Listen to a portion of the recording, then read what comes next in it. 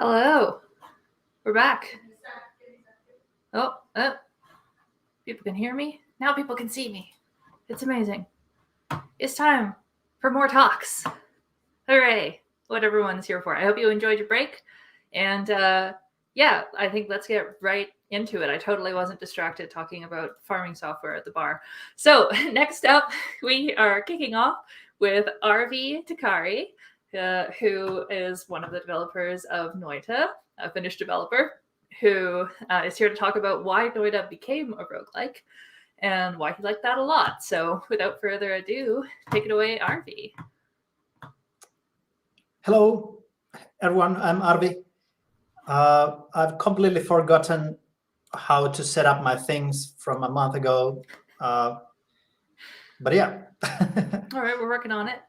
Find that share button. Oh, yeah, there's the screenshot. Oh, yeah, of course. Yeah. I'm not doing anything via OBS on my own, but instead, here we go. Share screen. Okay, don't show me these tips again. There we go. Oh. Okay, there we sweet. go. All right, you're good. Yeah. And it's 30 minutes, right? So that I don't accidentally over. Yes, 30 minutes, and I will jump in as you're getting near the end to let you know. Okay, excellent. Yeah.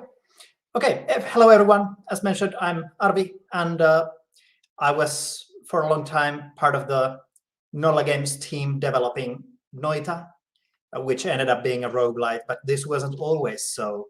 And I will tell you this dark and stormy story of the development process of Noita. Hopefully everything goes fine and you see what I see, or not what I see, but what I want you to see. The contents of this talk will be that I will quickly introduce myself, introduce Noita, so for people who haven't heard of it before, go through kind of the development process quickly to explain kind of why it wasn't obvious that Noita would become a roguelite, and then a couple of other things, just kind of like what kind of issues affected this decision, why we chose to call it a roguelite and not a roguelike, and finally why I was personally happy with this decision ultimately. But yeah, okay, is there? Okay, yeah, there is not actually a slide for what Noita is, so I will explain it here. Noita is a roguelite platformer with procedural terrain, not instant death, but like permadeath, and all that jazz. Maybe kind of a Spelunky-like in the basic idea, so that it's a platformer and you explore, you go deeper into a cave, and if you die, you have to start again. But with Noita, the kind of really big selling point is that the game has a pixel physics simulation, kind of like those powder toys you might have played around with like 10 years ago. So in Noita, every pixel is kind of simulated, so to say, so that in the game world, all the pixels are made of different materials, and the materials can interact with each other. They can, like, there can be fire that can react with wood to lit the wood on fire, and fire and water react so that the water becomes steam and puts out the fire. There's a lot of like emergency in that system. It's a very kind of complicated but really cool looking and very granular system that we based the game around, and that was actually the kind of initial thing for the whole game. Noita is Finnish and means witch, and yes, when we were considering the name for the game, we did like the name Sandwich was suggested. And yeah, I started working on Noita originally in 2012. The rest of the team are Petri Purho, who kind of came up with the idea, and Olli Harjola, who joined as well to the team, kind of nearly the same time as me. In 2012, I helped Petri with a small prototype of the idea that you can see here in 2012 here. And that was sent for a kind of competition event somewhere. And it was just like one summer of polishing things a little bit. And then in 2013, we started a proper development of a full game, and that's when me and Olli kind of properly joined. Petri and Olli handled the coding. Petri maybe concentrated slightly more on the like systems and such. Olli maybe concentrated slightly more on the like graphical coding, like shaders and stuff. But they shared a lot of jobs. Olli, for example, implemented also the staining system and a lot of various things.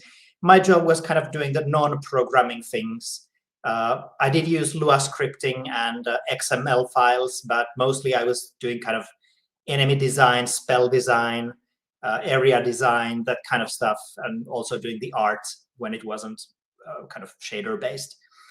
And one of the also big things in Noita that we introduced in, I think, 2014 or something, is the spell system. You have magic wands that have slots, and you put spells on those slots to combine different spells into new things. It's kind of difficult to explain in a short time frame, so I won't even try. But I would say that in combination with the roguelite things and the pixel physics, the variable customizable spell system or wand system is kind of the third really big thing in Noita. But here you can see kind of the history of that we went through. The very important big part is that obviously in 1800s, the niobium was first identified by Charles Hatchett. In 2006 or so, I don't remember the exact date, Petri Purho made a short game in, I think, 7 days called Bloody Zombies, which was a game where you had zombies and they were bloody, and you had a lawnmower, and you could mow those zombies down and they spurted a lot of blood, and you could swim in the blood. And it was actually kind of a puzzle platformer where you had to kill zombies to accumulate blood in order to swim to get into higher up places. So it was a funny little idea, but I think Petri kind of got the inspiration to make something with this pixel physics thing, like take this pixel physics thing that has been in many browser toys and actually create a full game out of it or around it. And yeah, I already mentioned 2012, 2013. Those were the kind of times when the game went from this small idea, small prototype into something that would eventually become an actual game. In 2016 or 17, we finally made the decision that, okay, this game will become a roguelite or roguelike. There were several years of trying different things that I will go through next. In 2019, we did the early access release. Also in 2017, we made the first trailer for the game.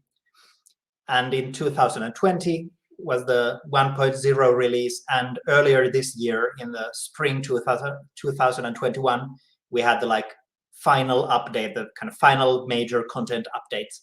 So the game was kind of first 1 year in early access, then half a year in active post-release development, and now it's kind of done to some extent. And this year also started is starting the kind of a showcase of Noita at the Tampere Video Game Museum in Finland. So if you ever come by Finland and you visit Tampere, please go check out the kind of exhibition. It seems really cool, and we will be going as a team to check it out later. Okay, so as I mentioned, Noita's identity changed quite a lot over that 2012 to 2016 period.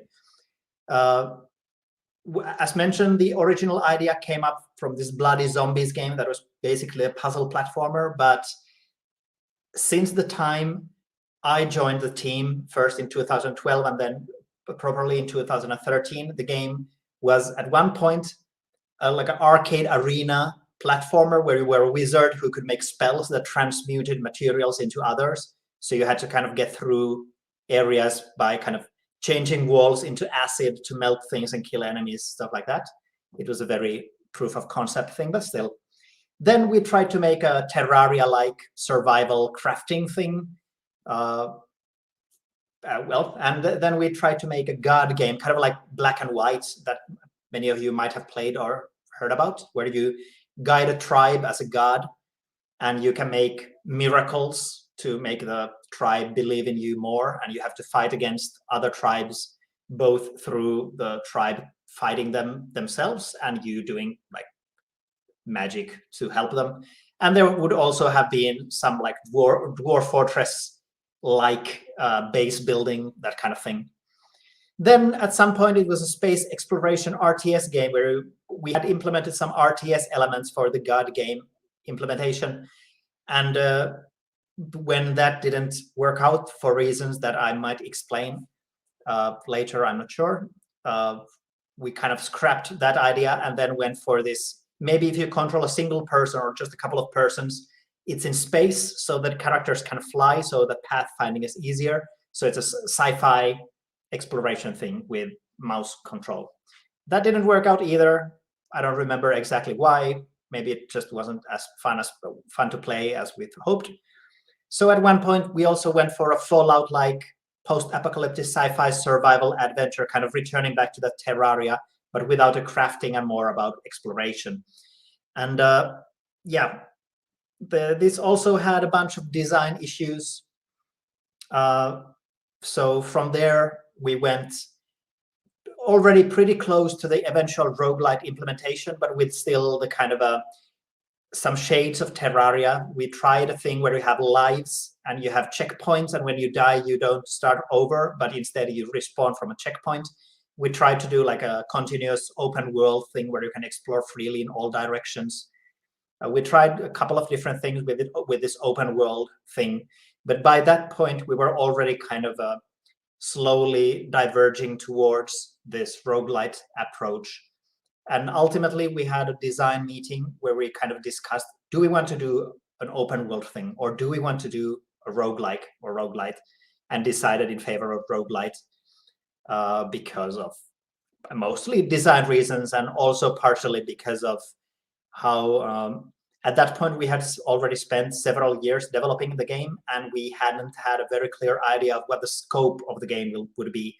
And it felt like a roguelite would have a much more manageable scope than an open world adventure game. It's just the word open world implies a large scope. So yeah. So to go to those design troubles, the reasons why we ended up changing the ideas over and over, I'll actually start with this, the granularity and dynamicness of the world, because it affected many of those early attempts, especially the God game thing, because in a game where you control a tribe of people and those people have your own AIs and their own logic, kind of, as mentioned, Dwarf Fortress-like approach, the AI has to be pretty nice, especially the pathfinding has to be pretty nice. And when you have a system where every pixel is simulated, every pixel can be dislocated and rearranged, and there can be sand falling and water pouring in different places, making a robust pathfinding system that doesn't slow down hugely is not trivial. Ollie did the most work on the pathfinding and did a really, really great job on making it kind of effective for what we wanted to do. But we ended up realizing that, especially with the tribe system, where the members of the tribe have to use ladders to climb up or something like that, making a good pathfinding system was basically, maybe not impossible, but too much. So that's why we went for the sci-fi thing where you have a jetpack, so we don't have to worry about climbing, but still it was difficult. And at that point, after that point, we actually gave up, as far as I remember, on the AI for a long time, and only after years, when we were already in the roguelite phase, we revisited the AI to create kind of something that would fit our needs at that point. But also, just like gameplay feedback was difficult when the game world is so dynamic. There can be a lot of random accidents happening everywhere, whether because of bugs, because of AI doing stuff, because of emergent systems, because of random reactions of materials. It was difficult to create a game world that felt that utilized this dynamicness in a good way while not being too random, too erratic. And that was obviously something that we kind of fought with all the way through the development. And also, because the game world was kind of fully deformable, fully destroyable, it was difficult to implement systems that were very gamey, so to say. For example, in many roguelikes, in many games, you might have destructible terrain, but you might have, just to give an example, in Spelunky. In Spelunky, you have destructible terrain. But when you get into the end of an area, you go into this kind of transition room from which you go into a new area. And that new area is, again, like full and inhabited by enemies and traps and whatever. So in Noita, especially because we came to the roguelite approach from the open world idea, there were several, even the very first Terraria-like idea supported this concept of an open world, and we implemented like a seamless, continually generated world. And that worked really badly with this concept of having these static, more game-like transition areas. And we needed, like many of these systems we tried to implement struggled with everything being so dynamic. Then to go to the early part that I skipped, the pixel physics themselves kind of posed a problem in that, because the pixel physics were the thing that separated Noita from anything else or most other things, we really wanted to display those pixel physics as well as possible. And it turned out to be surprisingly difficult to show that, because the easiest way to show that, hey, we have pixel physics, everything is simulated, is to burn things, to destroy things, to explode, create like huge explosions, destroy everything. And that's fun for a moment. And it's a very easy system to showcase, hey, this is what we can do. But it becomes boring very quickly, because once you have destroyed everything, there's nothing to see. And if you can just destroy everything, either it's a constant danger to yourself, so you kill yourself very easily, which in a non-roguelite game is maybe not the best, or even in a roguelite game, it's maybe not the best.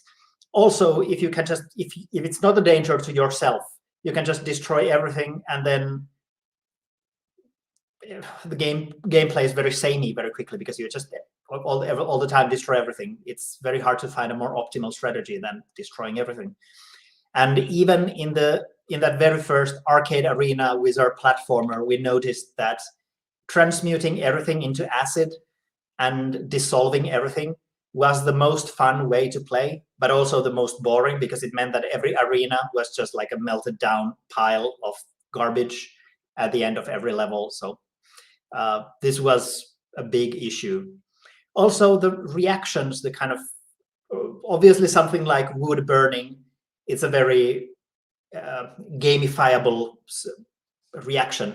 But there are many reactions that are interesting in themselves that don't maybe integrate into gameplay very well. For example, ice freezing in cold temperature in contact with snow is something that makes sense. It's cool to have, but how to make an interesting gameplay thing out of that? Or just like sand pouring down, how do you make that interesting from a gameplay perspective, apart from like very niche situations? We wanted to have different kind of magical interactions as well. We really wanted to have a lot of different interactions. For example, you could have sodium, and if you combine sodium with water, the sodium explodes. All these different things, or having like a fungal soil, and if you pour water onto the fungal soil, it starts sprouting mushrooms. We had a lot of these ideas that were interesting, but only a very small part of them, very small kind of set of them, were immediately interesting from a gameplay perspective. So we had to constantly answer this question: how do we make the gameplay such that the player actually sees all this cool stuff that we have behind the scenes? Also, emergent systems were a difficulty, just in the sense of how do we take this pixel physics thing, and not only in terms of reactions and just the like gameplay being fun, how do we implement systems that work within the pixel physics simulation that create interesting gameplay decisions. Because in this kind of a system where everything is so granular and dynamic, it's very easy for things to be kind of random and beyond the kind of, well, you can have a lava, you can pour water and lava to maybe harden the lava into rock to make yourself a platform, or pour water on fire to put the fire out, or set wood on fire to make yourself a passage. There's these, again, these very simple, basic interactions that make sense and are in many games and also work in this game. But beyond that, what kind of systems can we have in the game that work seamlessly with other systems that are interesting, that affect the gameplay, and that the player will actually meaningfully be able to utilize? And finally, there's the workload, especially before we went for the roguelike implementation. I mentioned about the open world system. If you make an open world game, you're basically saying that, hey, I want to make a game where you can do anything.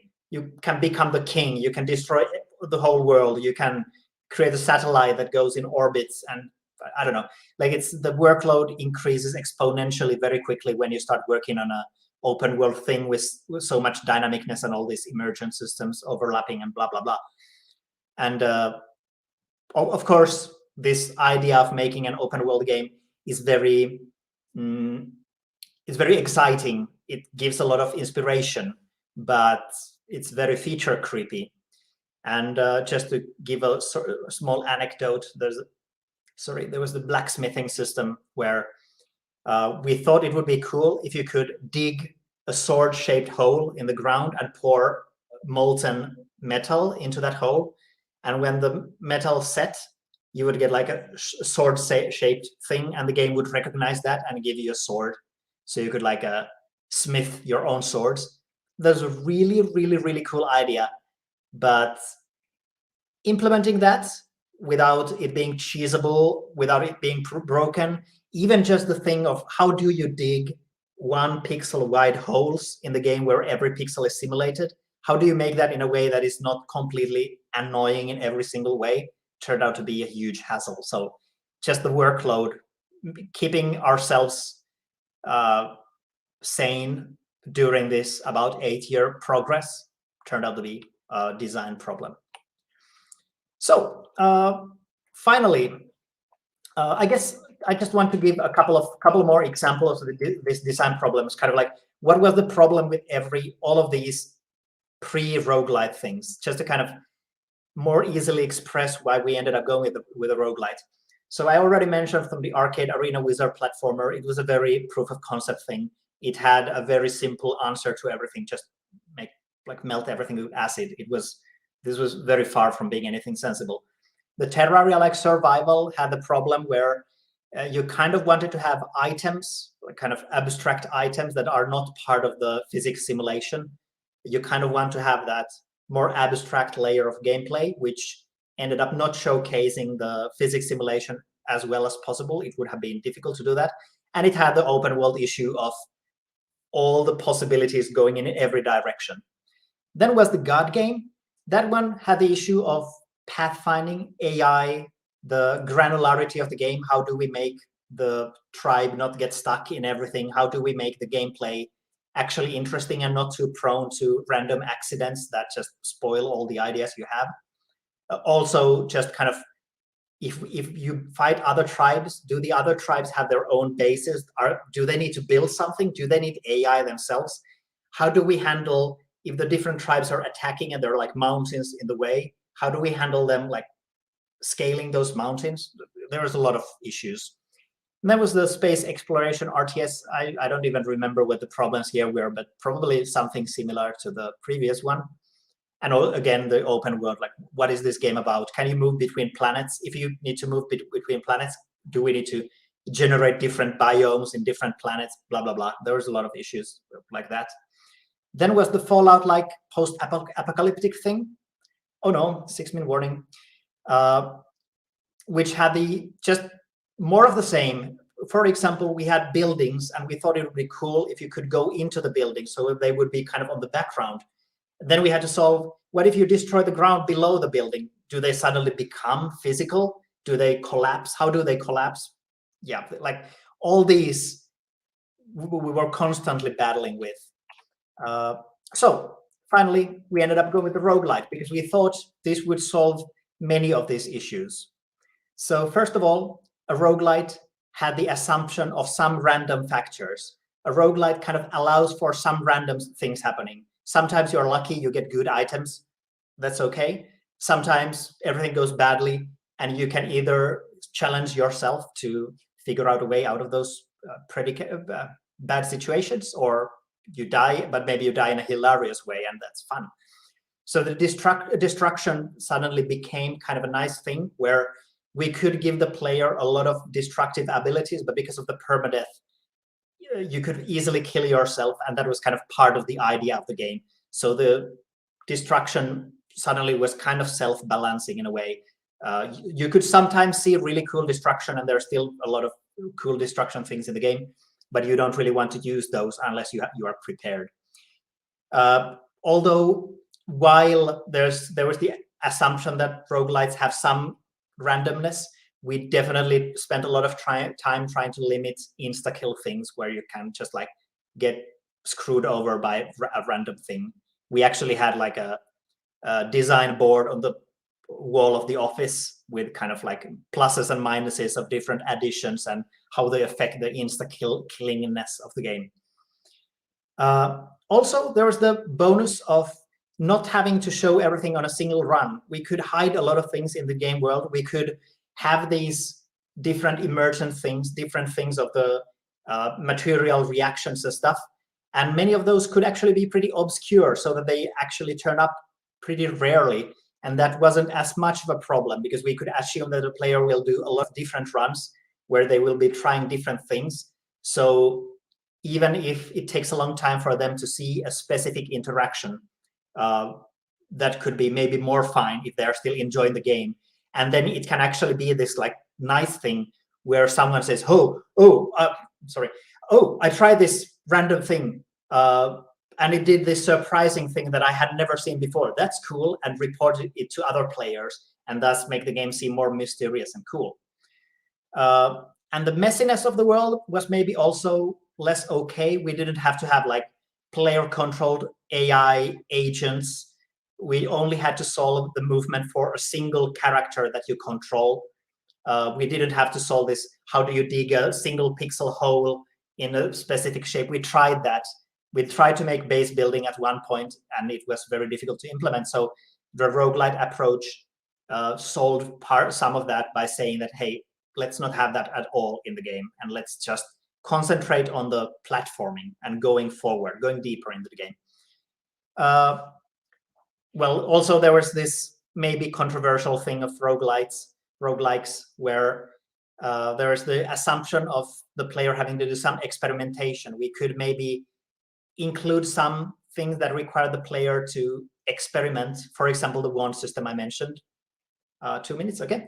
The wand system where you can kind of, there's a lot of depth to it, and the assumption is that you find the depth yourself or look up a wiki. So that is also something that lessened the workload for us. I also already mentioned the sometimes very good and powerful runs. Also, roguelites have this virtual skill thing that we considered a lot during the development, where instead of having these unlocks and getting more powerful items over a long period of time and increasing the destruction all the time, on every run you increase your knowledge of the game, and that worked really well with the dynamicness and emergent systems. Okay, I don't have time to mention why I like this, but it all comes down to I had a lot of fun designing enemies and spells and perks and areas for this, but at the same time we could actually go forward with the development of the game. That's kind of the nutshell of it. I liked the roguelite approach because it gave me more freedom to do the stuff I wanted to do without having to worry as much about everything balancing perfectly, because we could have that slight randomness. I can't believe that took exactly 30 minutes. Oh, and final thing. Exactly 30. Yeah, I want to say one more thing, which is that the reason why the game is a roguelite and not roguelike is because our team was very aware of games that are called traditional roguelike, like NetHack and Dungeon Crawl and Adam and Angband and Ivan, stuff like that.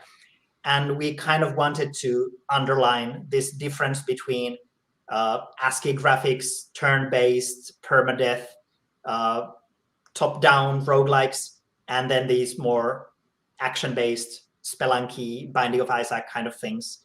We kind of wanted to honor these originators of the genre by calling Noita roguelite. Okay, there we go. Amazing. Yes. Great. I mean, yes, we basically got a little Q&A in as well. Thank you so much, Arby. Yeah, and so we've assigned the Mage breakout room for this talk if you have time in a half hour, or people can just go there and talk about Noita and all the other kind of great things. So thank you very much. Thank you very much. Cool. All right. And we'll just roll right into the next talk, which next up we have Sean Main. Hey, Sean. Hello.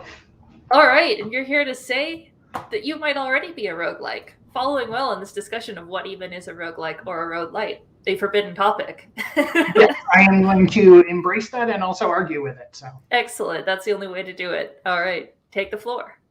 Thank you. So my talk today, you may already be a roguelike. Let me find, there we go. Or more accurately, it's about applying kind of a roguelike framework to add replayability in other game genres. I will say I created this talk with kind of game devs as the primary audience, and specifically game devs kind of working outside of the roguelike space, which I realized as I was putting this together, probably this is exactly the wrong audience for, since many of you are working explicitly in the space and therefore are going to be less interested in, what other games and other genres and other devs might want to mine from the work we are doing, or you all are doing. So I will leave it as a little bit of an exercise to you if you want to kind of reverse engineer any of the elements here and look at kind of bringing in other external elements.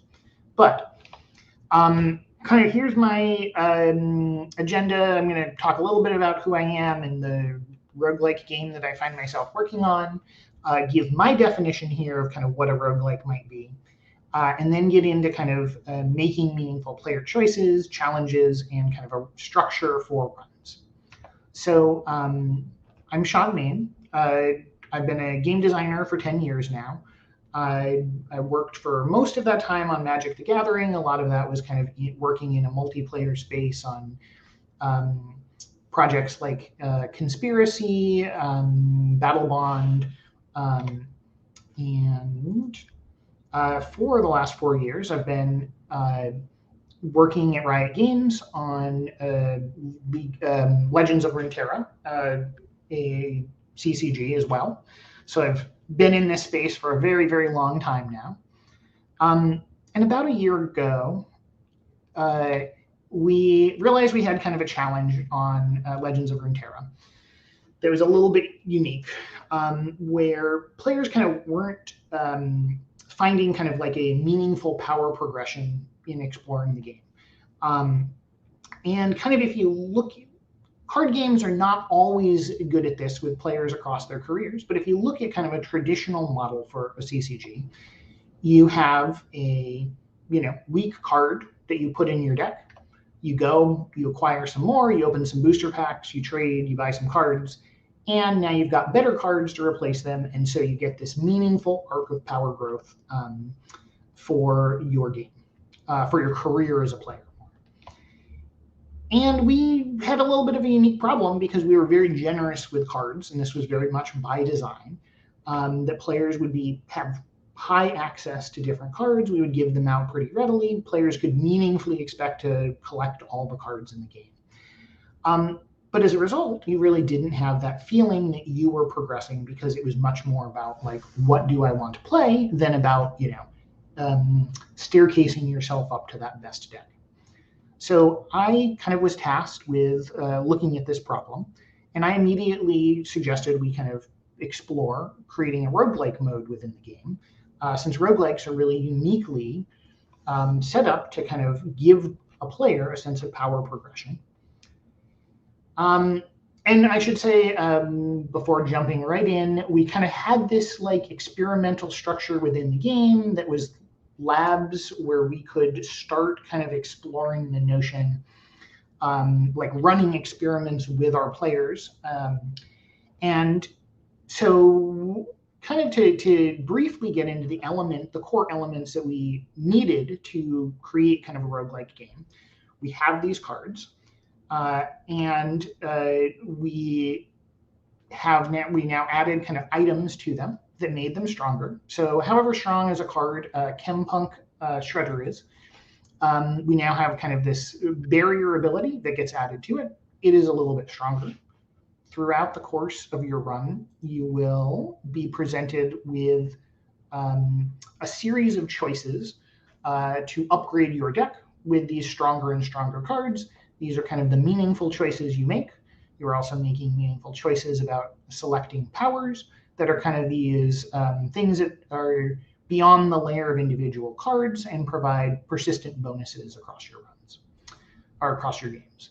And of course, this was all kind of replacing the human opponents with AIs, and and those were given kind of distinct personalities. So you kind of had expectations about what you were fighting, thematic decks that kind of grew in power to challenge you uniquely across your run. And our initial experiment was very, very heavily roguelike in a very traditional way. Saltwater Scourge replaced it, and that brought in a few more RPG elements, which I'll touch on briefly later.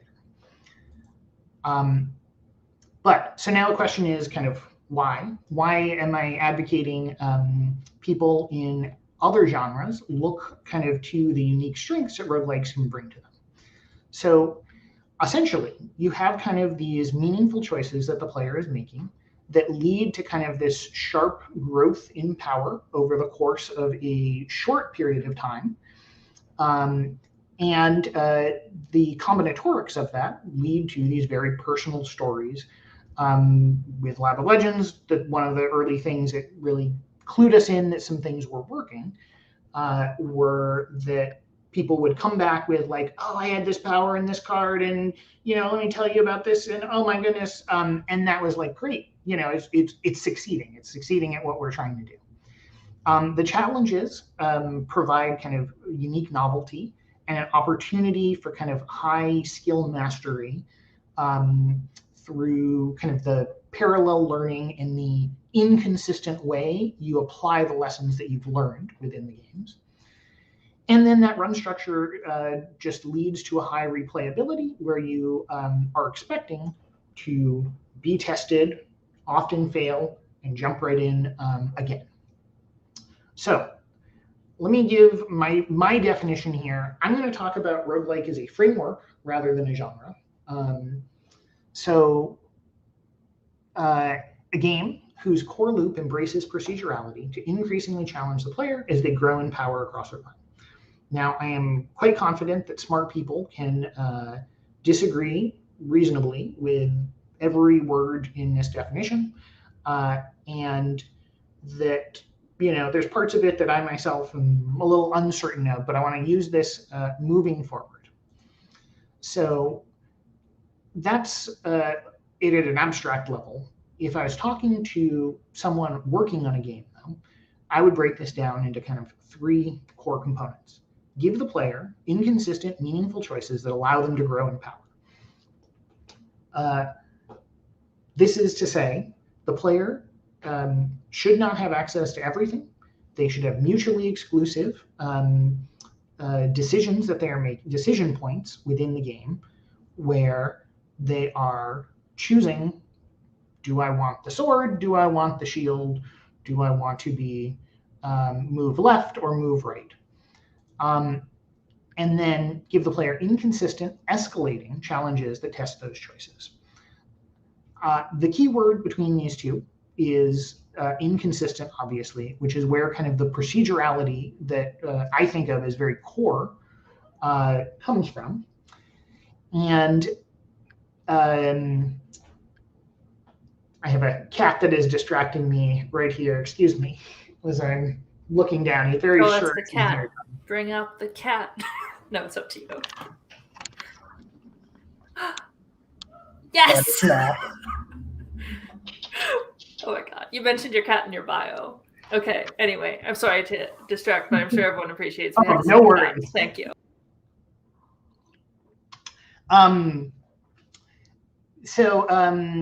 And then all of this is within kind of a finite run structure, so that the players, whether they succeed or fail, they have made a series of choices and can start a new run and make a new series of choices and be challenged anew.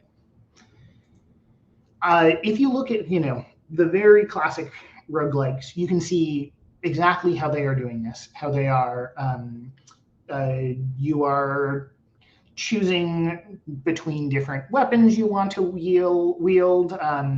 You are choosing what you want to buy in shops. Do you drink that weird potion? Do you need to? And, you can look at very clearly the inconsistent choices and the inconsistent challenges that players are faced with. To make sure, though, this definition isn't too all-encompassing, let's look at some examples of things that don't fit and how they have been adapted to the genre or the framework. Take a classic game, Super Mario Brothers. The runs for the player are consistent.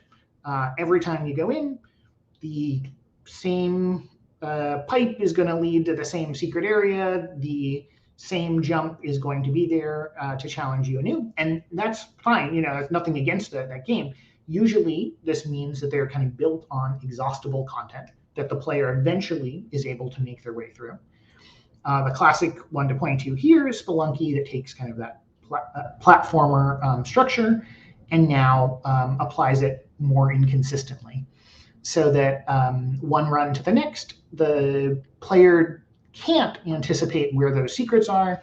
They can't anticipate exactly what jump they're going to need to make, and they are taking on kind of novel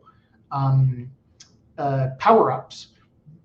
One run, you might have a lot of bombs and be able to move through the area, skipping past large sections, where the next you have a shotgun and you are able to take on enemies a little bit more aggressively than you might in another game. Again, going back to collectible card games, they actually provide a lot of the inconsistent challenges because you never quite know what your opponent is going to be bringing to the table. But you have access to the cards that you have access to and can adapt, pretty readily in whatever fashion you want. So it doesn't really have the core meaningful, mutually exclusive choices that define more roguelikes. Now, the first that I know that really kind of brought this roguelike deck builder genre is Dream Quest, which uses a very classic dungeon structure to provide the player with these meaningful choices. And then Slay the Spire is obviously like probably the biggest one in the genre, and then Lab of Legends, our own. It's kind of building on some of the lessons from those other games. But breaking down kind of these individual components, what would make a good player choice? The top thing I would talk about is modularity. So Dicey Dungeons is this kind of core, brings like a Yahtzee core mechanic into a roguelike space. Dice are great because you can manipulate them in finite ways. You might have an item that translates a roll into damage, another that translates into defense, and then you have kind of, you can imagine where different items can kind of manipulate those dice in very finite, discrete ways. The choices should be very impactful. So Hades is probably a great example of this, where this Daedalus hammer is going to change the style of your run, and based on whether or not you get certain combinations, you're going to have like a meaningfully different experience. Good choices are going to recontextualize other choices. So coming back to Lab of Legends, here's this choice of 3 powers.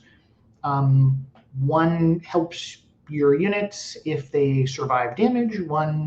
Another one helps them, if they're big, they deal damage. Which one is better? I couldn't really tell you definitively. It depends on the deck that you have been building up to this point, and depending on which one you choose, you might now, your later choices are going to be affected by it.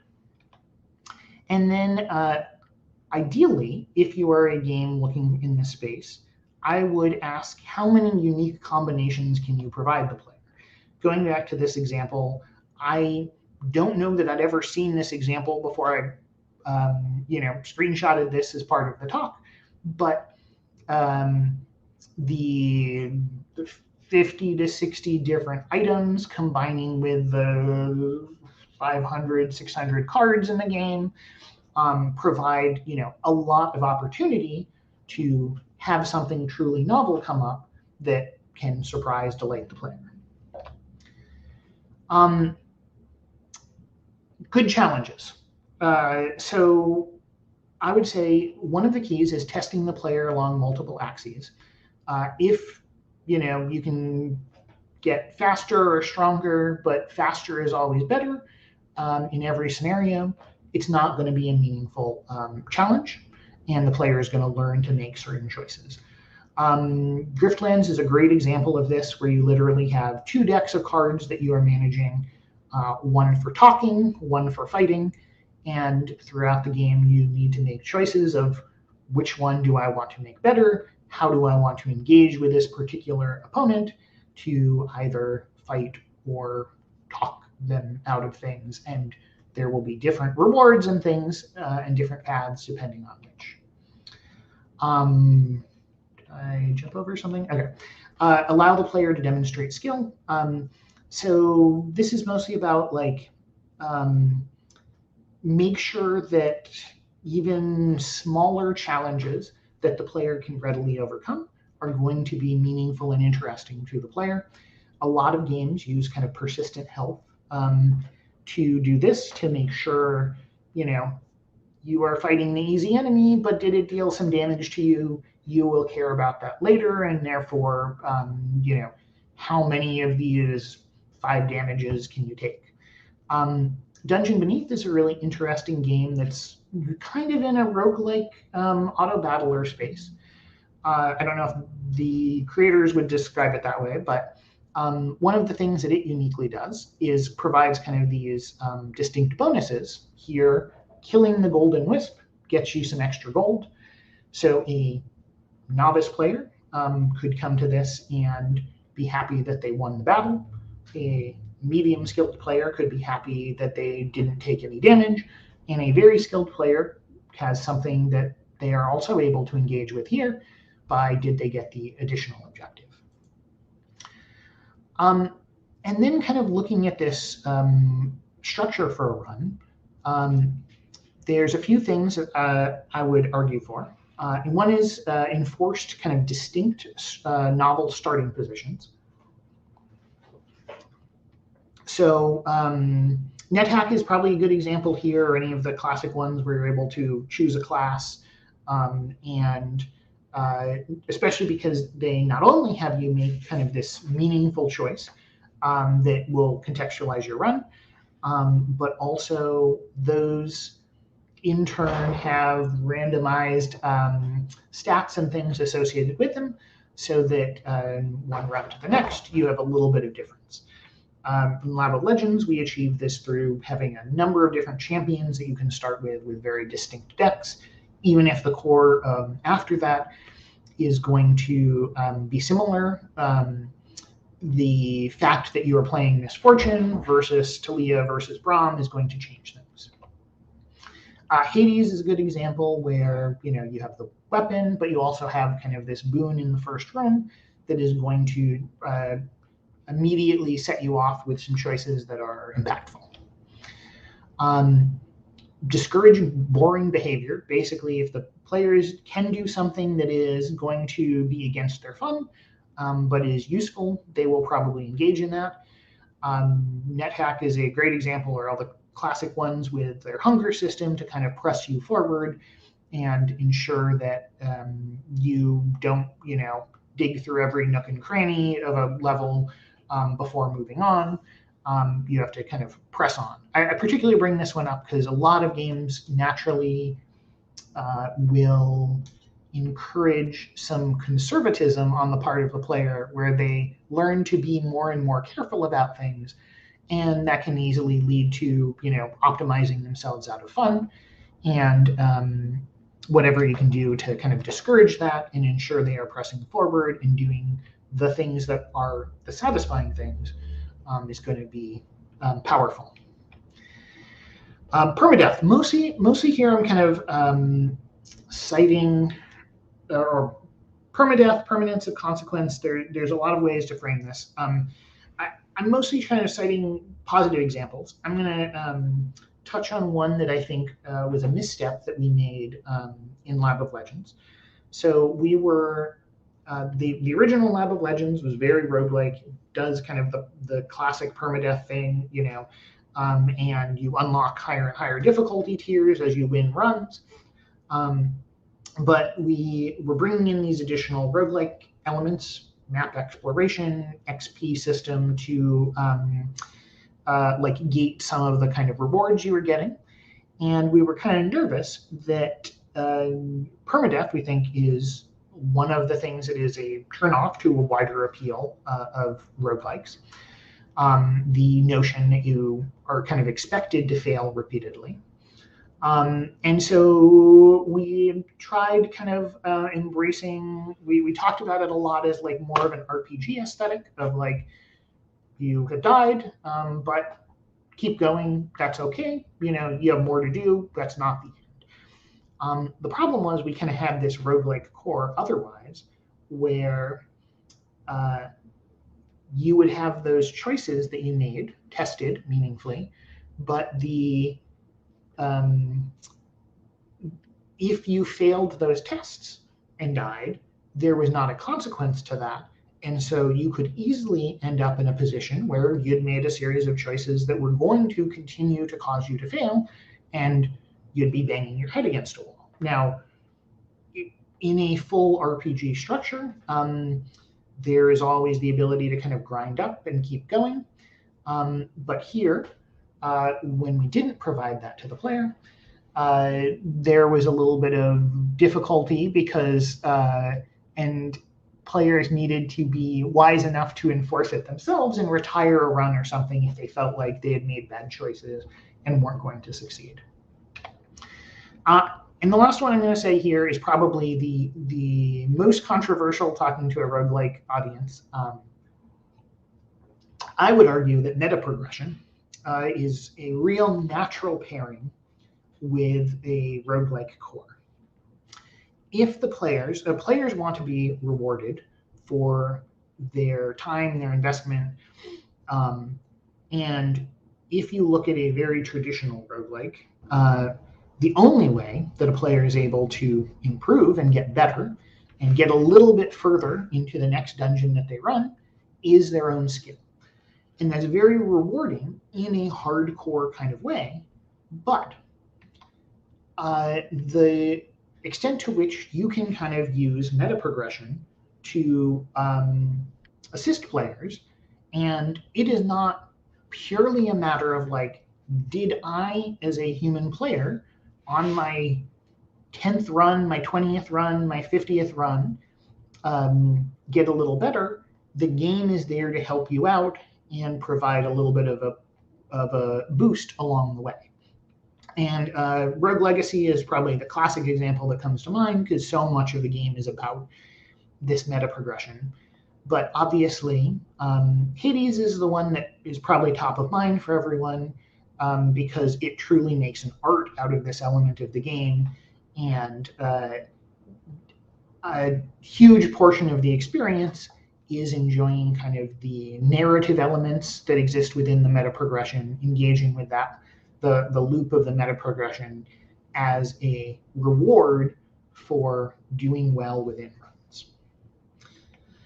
And that is it. Any questions? Looks like I have about 6 minutes. Nice. We actually have some time for questions. Excellent.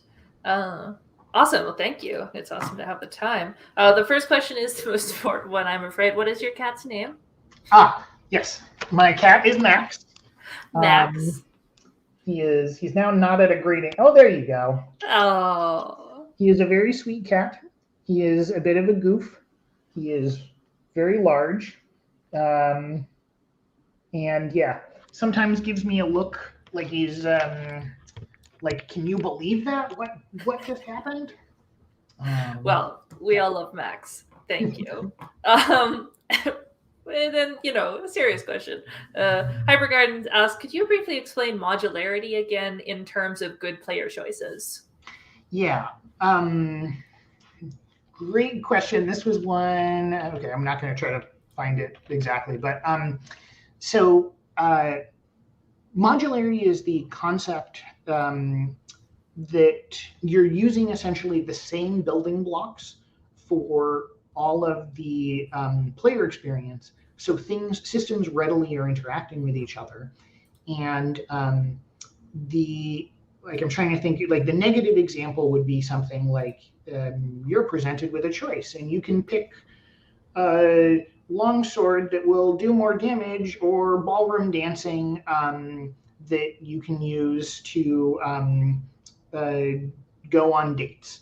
And now like those are going to be like systems that are not like interacting with each other most likely at all. I'm very intrigued if you are going to create the game that combines those. It's called Boyfriend Dungeon, but yes. That's a fair example that I wanted to work into this, and there were better examples for most things, so I didn't get to it. But sure, yeah, Boyfriend Dungeon, exactly. But like, yeah, like the extent to which like the choices can have like threads that are going to connect to each other and be like interacting with those same core systems is going to be kind of advantageous. And yeah, Boyfriend Dungeon is actually a great example because like, yes, meaningfully the sword or the ballroom dancing are going to be a meaningful choice because they both affect, your ability to go on dates and explore the dungeon further. Right. Versus generally where something like a cosmetic choice and a gameplay choice are completely parallel. And so, you don't get the opportunity for interaction. Precisely. Yeah. Yeah. Excellent. Another fun question from Hamlet, which I also just like. Has Max inspired any content from any of your games? We all love Max. I am sad to say he has not. Oh, he needs to get on that. I've had him for about 2.5 years now. I mean, he hasn't designed the game yet. I am inspired by him. He likes to hang out with me here a lot during the day. But no, I don't believe there's any. Yeah, I am sorry he has not. Well, we'll expect an update on that in the future. You gotta bring it in. I will admit my boss's cats make an appearance in the game, but not your own cat. Not my cat. Or Max. I think Max is the best cat. We do have one other non-Max related question, also from Hypergardens. Thank you, Hypergardens. What would you suggest for that stage in design where you have a strong core mechanic, but a million possibilities for secondary loops? Oh wow, that's a big question for 2 minutes. Yeah.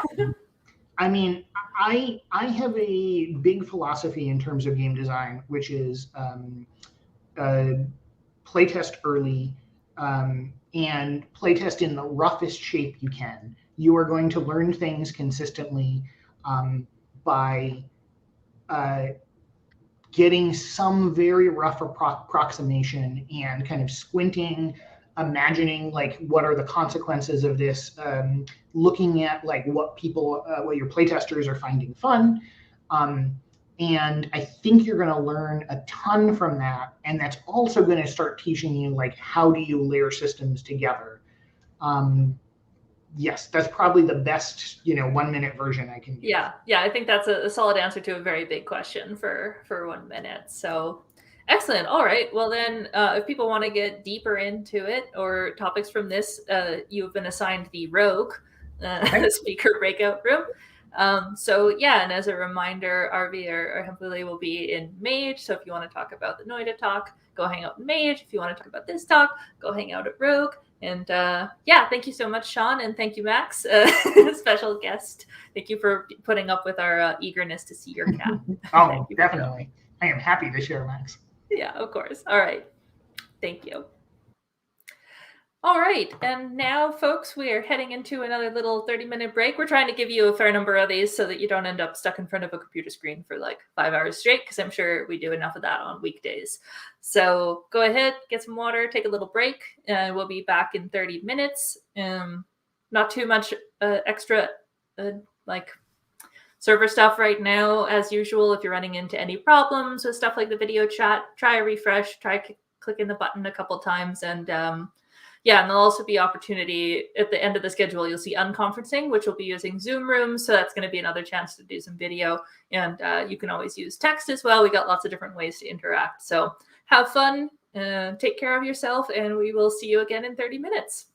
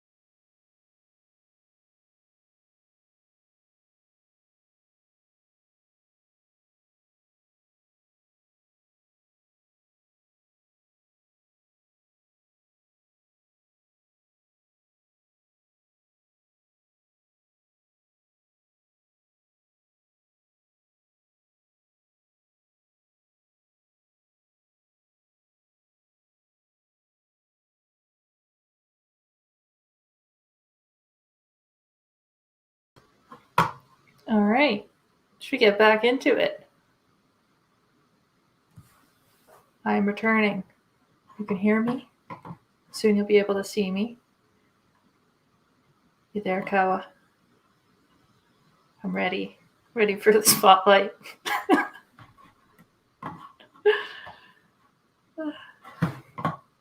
I'm turning myself on. I have the power. No, I don't. I don't know how to take the We'll Be Back sign back. I'm just going to talk over it for now. Hey, everyone. Welcome back from break. I hope you had a good time. There we go. Now you can see me. Hi, everyone. I was living in my liminal space. And we have returned for a very exciting block of talks. People have been chanting Jason or Caves in the chat. And so you might have been spoiled for the fact that, as our schedule says, our next speaker is going to be Jason Grimblatt, co-founder, creative lead at Freehold Games, tiny studio behind Caves of Cut and Sproggywood, which has already gotten some shout outs today. And yeah, I think we're very excited for your talk today, Jason. So I think without further ado, let's just let you get right into it. Okay, and you can see my slides? Yes, I can see your slides. We can hear you. It looks all good. Great. Okay, well, hello. I'm Jason Grimblatt. My pronouns are he, him. I'll tell you more about myself a bit later, but first, let's talk about some bugs. One of my favorite bugs calls back to the very first roguelike celebration, the mystery of the dead cats in Dwarf Fortress. So in 2015, bug reports started appearing on the Bay 12 forums reporting mysterious cat deaths. Alcohol was suspected due to the excessive vomit found near the death sites, but cats weren't supposed to drink alcohol, so what was going on? Thankfully, at the very first roguelike celebration, Tarn and Zach Adams provided an illuminating exegesis of this bug. Here's a slide from their talk walking through the interlocking mechanics that produced the bug. So dwarves go to the tavern when they want to drink. They get served a mug of alcohol. Sometimes they get called away to do important work, and when on their way out, there's a chance that they spill their mug. Now, independent from this, cats are drawn to taverns because they want to be near dwarves. And when they enter, they walk over the spilled alcohol. Then they notice their paws are dirty, and so they clean them. And while licking the paws clean, they ingest the alcohol. Now, here's the bug. Unfortunately, there was just a single ingestion amount, a full mug of beer, which was overwhelming to the cat's body mass. So they got violently drunk and vomited everywhere. Here's Tarn in the middle of the regrettable announcement that some cats did indeed die. I'm obsessed with these kinds of bugs and how they let us peer into the ostensibly tamed realm of digital processes, which turns out to be quite poetically untamed. Even when the bug is apocryphal, as was the case with the boat-stealing seagulls in Valheim, they still paint a fascinating picture of the protean socio-technical forces behind video games as a medium. So I asked on Twitter what some of your favorite bugs and edge cases were and got some great responses. From Tom Nelpoiner, in one of my games, I programmed dogs that picked a character to act as their master. They would then follow that character around. I didn't remember to exclude dogs from the list that got used. Instead of acting as pets, they all got attached to each other and ran off to the hills. No gods, no masters. In SimCity, hydropower was very cheap and very clean, but waterfalls were very rare. However, you could build a mountain, place a water tile on the slope of the mountain, and thus create a waterfall, giving yourself unlimited clean power with no reference to physics whatsoever. Twitter user Endril brought up Skyrim's treasure foxes. I love this one. So there was a bit of folklore wisdom among Skyrim players that if you followed a fox, it would often lead you to treasure. What a cute design, right? Except that none of the Skyrim designers could figure out how this feature had gotten added to the game. So as Skyrim dev Joel Burgess tells it, a group of the devs that worked on the game got together and decided to do some sleuthing. Here's what was happening. Foxes were programmed to be skittish and flee from the player, meaning their pathfinding would try to get as far away from you as possible.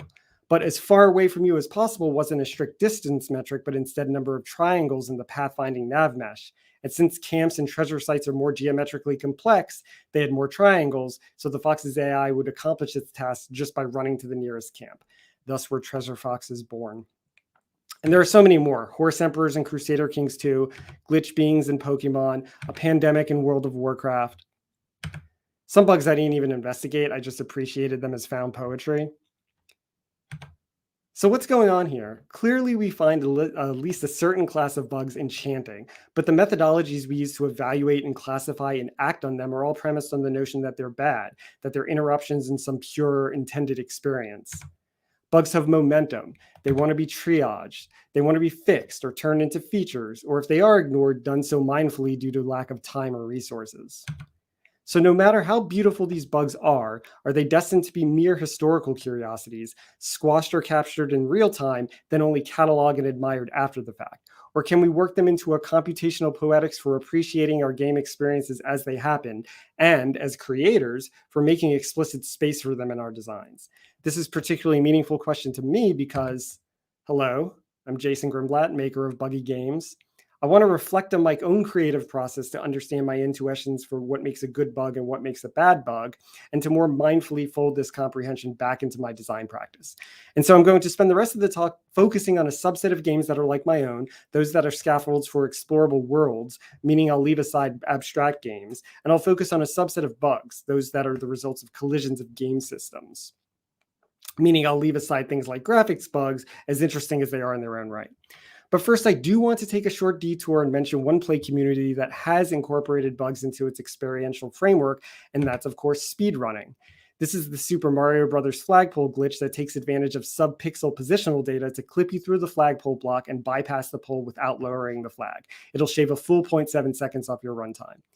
By recontextualizing the goal of a video game to beat it as fast as possible in any way possible, speedrunning uplifts all the material quirks of the underlying hardware and software to first-class gameplay entities, regardless of how we might classify them in other contexts. Bug or not, it's fair game. And if you've watched the semi-annual speedrunning event Games Done Quick, which I love, you know that for each speedrun game, a rich and fascinating subculture has cohered around the discovery and performance of these glitches. Speedrunning is increasingly understood as an acceptable modality of play. Here's a recent update to platformer VVV, re-enabling key glitches that were necessary for certain popular speedrunning strats. And here's the developer Terry Kavanaugh explaining how the bugs were isolated in an if statement for safekeeping. So speedrunning is fascinating. It deserves its own talk. This type of developer community symbiosis is also fascinating, but it still consigns the buggy experience to a parallel track of play. So it's a little adjacent to what I want to spend the rest of the talk focusing on, which is how can we understand bugs and edge cases as endemic to some sort of intended play experience, as unstable as that concept admittedly is? Remember, we're focusing on games as worlds. And when I start to think through how the story worlds of these games come into being, I think of their durability and how bugs are sorts of like cracks in the vessel that contains their fiction. So when I see meatballs and balsamic meatballs with meatballs, I say to myself, oh, that's silly. That's not real. And the artifice of the medium is laid bare. What I want to understand is how this framing, which seems perfectly reasonable to me, coexists with my impulse to leave bugs like this in the game. To do this, we have to look at how play works inside a video game world. So when you play a video game, let's say Skyrim, you load it up, you admire the photorealistic aesthetic and the richness of its sound design and simulative systems and whatever else contributes to the sense of verisimilitude of an imagined world, and immediately you are fully immersed. You become your character, wholly integrated into the physical spaces and sociopolitics of Skyrim and Tamriel and the wider world of Nirn. You travel the snowy wilds of Whiterun and Eastmarch and Winterhold. At some point, you marry Lydia, buy a house in Riften, settle into the quiet life of a fishmonger on Lake Onric. Several days later, you collapse from exhaustion, and it's only when your friends find you unconscious in front of your computer and wake you do you remember that the life you were living was a mere dream and you are actually someone else with a whole other life in their own greater reality. You stand up, brush yourself off, and resume being the original you, and that's video games. Okay, that's not quite right, is it? In fact, you're always aware that you're a person at a computer or video game console, that you've chosen to inhabit a fictional world nested inside the real world, and that the experience is mediated by a network of software and hardware systems.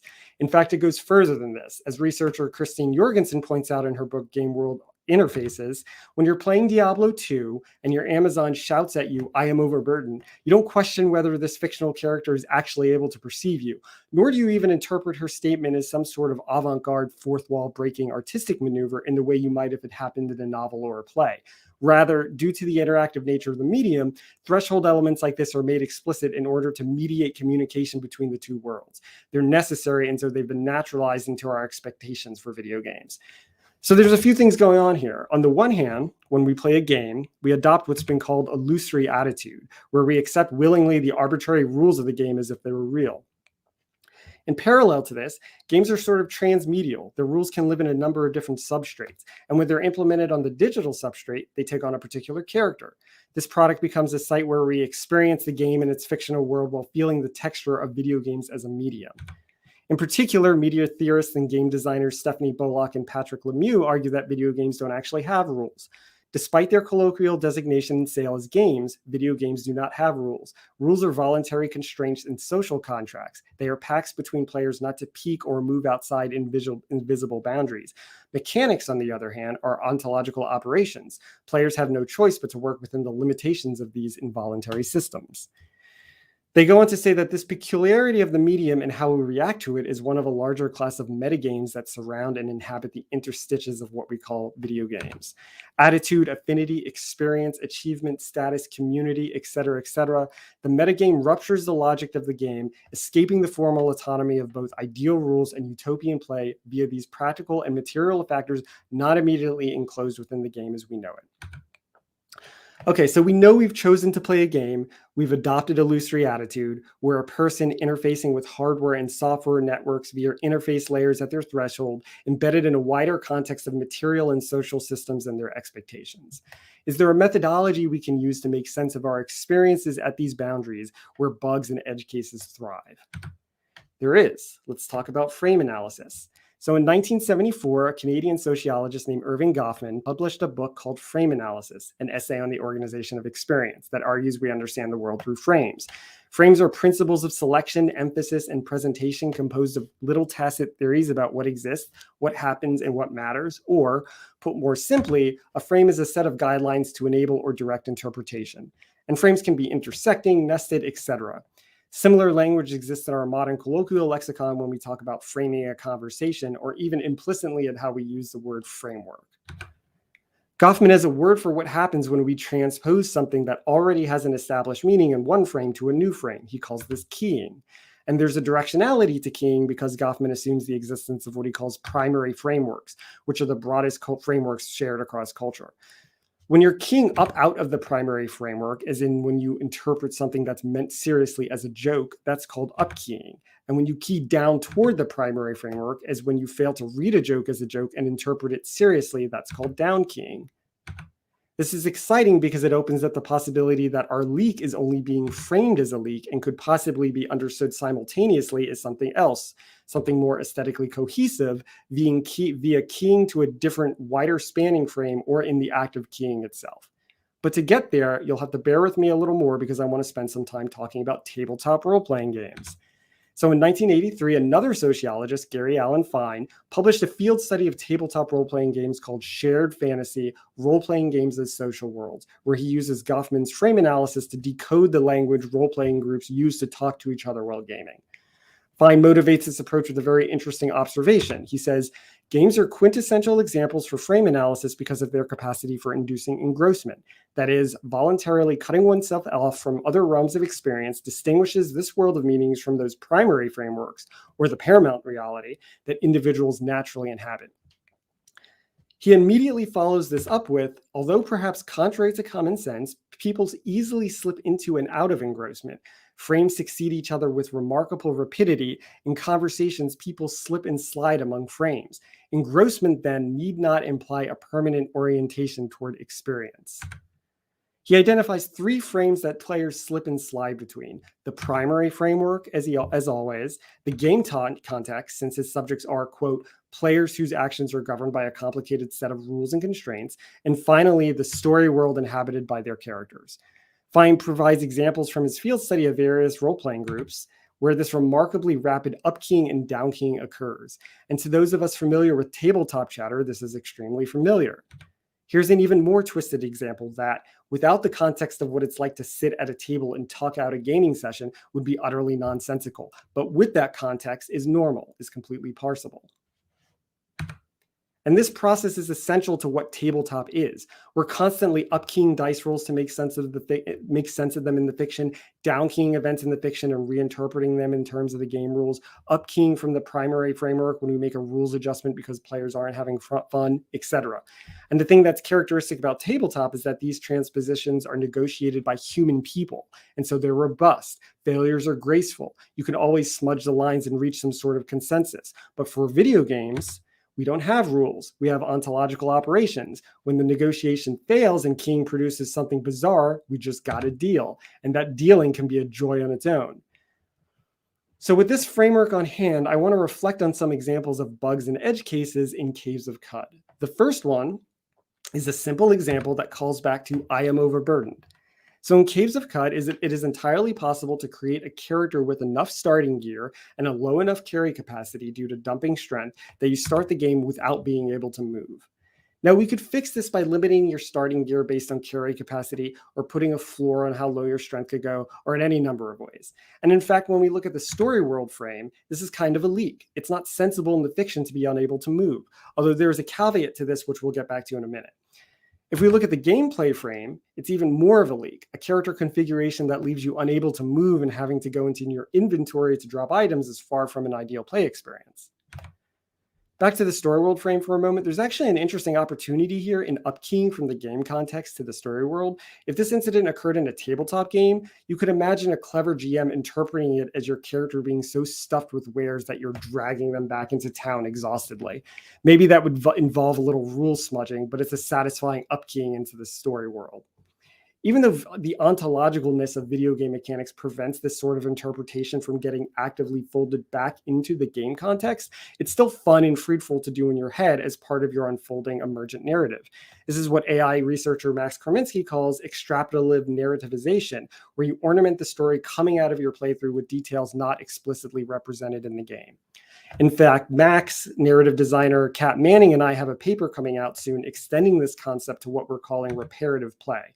Sorry, I missed that quote. There you go. Extending this concept to what we're calling reparative play, arguing that certain games are structured to encourage their players to repair the emerging narrative by providing only pre-narrative parts that arrive in disrepair. But there's something even more essential going on here. Despite it being a sort of leak in the story world frame and definitely a leak in the gameplay frame, I like this edge case. It's good. It's doing work for us to achieve the aesthetic goals of what I'll call our meta frame, which is aware that its players are people interfacing with hardware and software and knows that they're performing this remarkably rapid keying as part of the experience. What this says is, hey, there's so much going on here that mere manipulation of the game mechanics cannot account for all the emergent possibilities. Both Qud's story world and game context are interested in the idea that the borders of the world are fuzzy. In fact, I think this aesthetic is operative in many systems-driven games built around emergence. The possibility space is too big, too rich for us to have gone in and filed off all the rough edges. Instead, we're saying, here's a big messy space, let's figure out what's inside together. This gets at a core design philosophy of mine, which is the dev team does not think of everything. For those who don't know, this is a riff on the common refrain said about NetHack to describe the proliferation of program behavior for special cases. The magic for me is in having an everything that's more abundant than I can know. Okay, second example. This one gets a little violent. I apologize for that. So there's an ecosystem of psychic abilities in Caves of Qud. One of them lets you inhabit another creature's mind and control their body. While this is happening, if your original body takes damage, you get ported back into it. There was a very popular bug, though, where if your original body was destroyed in a single hit, the game had no body object to send you back into, and so you remained in the host body permanently. This exploit was so popular because it let you play the game as a diverse array of creatures you otherwise had no access to. And since the tone of psychic power in Caves of Qud is all about transgression beyond known boundaries, there was a beautiful keying between this cryptic corner of the story world and, in the game context, the act of unraveling the very mechanics themselves. The bug had a side effect where it would occasionally crash your game, though, which was too high a cost to leave it untouched, but we didn't want to completely give it up, so we filed off this one edge and turned it into a feature. But we wanted to preserve the air of transgression around the swap, so we paid close attention to how we messaged it. For instance, normally important events in your character's life get inscribed in the chronology tab of your character journal, but when you do the body swap, we explicitly don't include an entry. Likewise, this is typically the sort of thing we award an achievement for. We also don't do that. All we do is display a neutral tone message, your mind is stranded here, that leaves you wondering whether what happened was expressly recognized by the game or not. There's a really interesting bit of design texture here. In a game filled with Baroque language, we found there was a lot of authorial weight in moving back to terse, almost console readout style simplicity to access a boundary in the software itself. Instead of fixing the leak, we built a nice little pool around the leak. Third example. This one's controversial even among the CUD dev team. When you start a new game in Caves of CUD, in the starting village of Jopa, about 1 to 2% of the time, a fight breaks out between the Watervine farmer Mehmet, one of the first quest givers, and the village warden Ulreg. Ulreg is much stronger and is a much stronger character, so he inevitably wins and kills Mehmet, but sometimes the other villagers jump in to help on Mehmet's side, and the village erupts into bedlam. Players are often left wondering what the hell happened. The reason for this is that the main characters generate with procedural backstory that causes them to be admired or disliked by randomly rolled factions in the game. If Mehmet is disliked by almost any of the game's 70 factions, nothing happens. But if he's disliked specifically by the Fellowship of Wardens, the fight breaks out. Now, this is somewhat interesting in the story world frame. There's a lot of potential for extrapolative narrativization, but it's also a little awkward. Why does this fight only ever break out when you arrive in Jopa? Why haven't these two duked it out before? In the game context, I'd say it's a big leak. You're completely locked out of the starting side quest when this happens. In the meta frame, though, the picture is more interesting. Players feel that boundary breakage again, and they learn about an important game system and its emergent dynamics. Granted, they're doing so via a somewhat discordant method, getting pushed out to the social spaces that surround the game proper rather than having them be tacitly legible or taught via, say, a tutorial. I know that pushing players out to a wiki is anathema to modern design ethos. I personally think it can be good. You can read this blog post of mine if you want to hear more about that.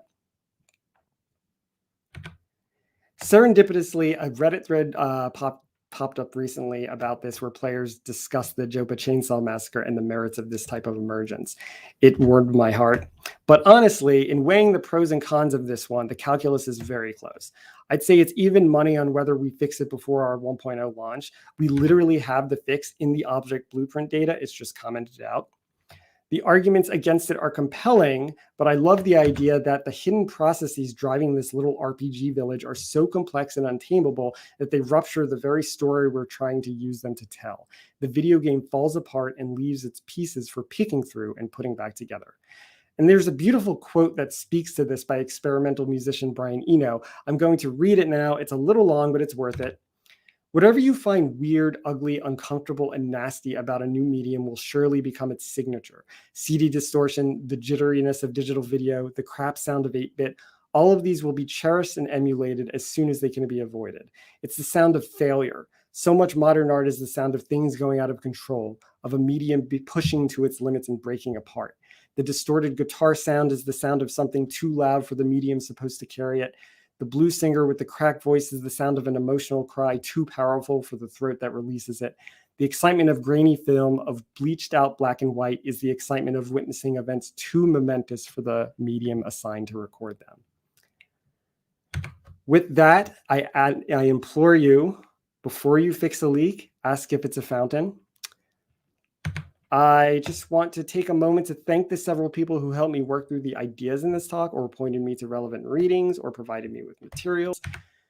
And here is a list of references to the readings and talks that I drew from. Thank you very much.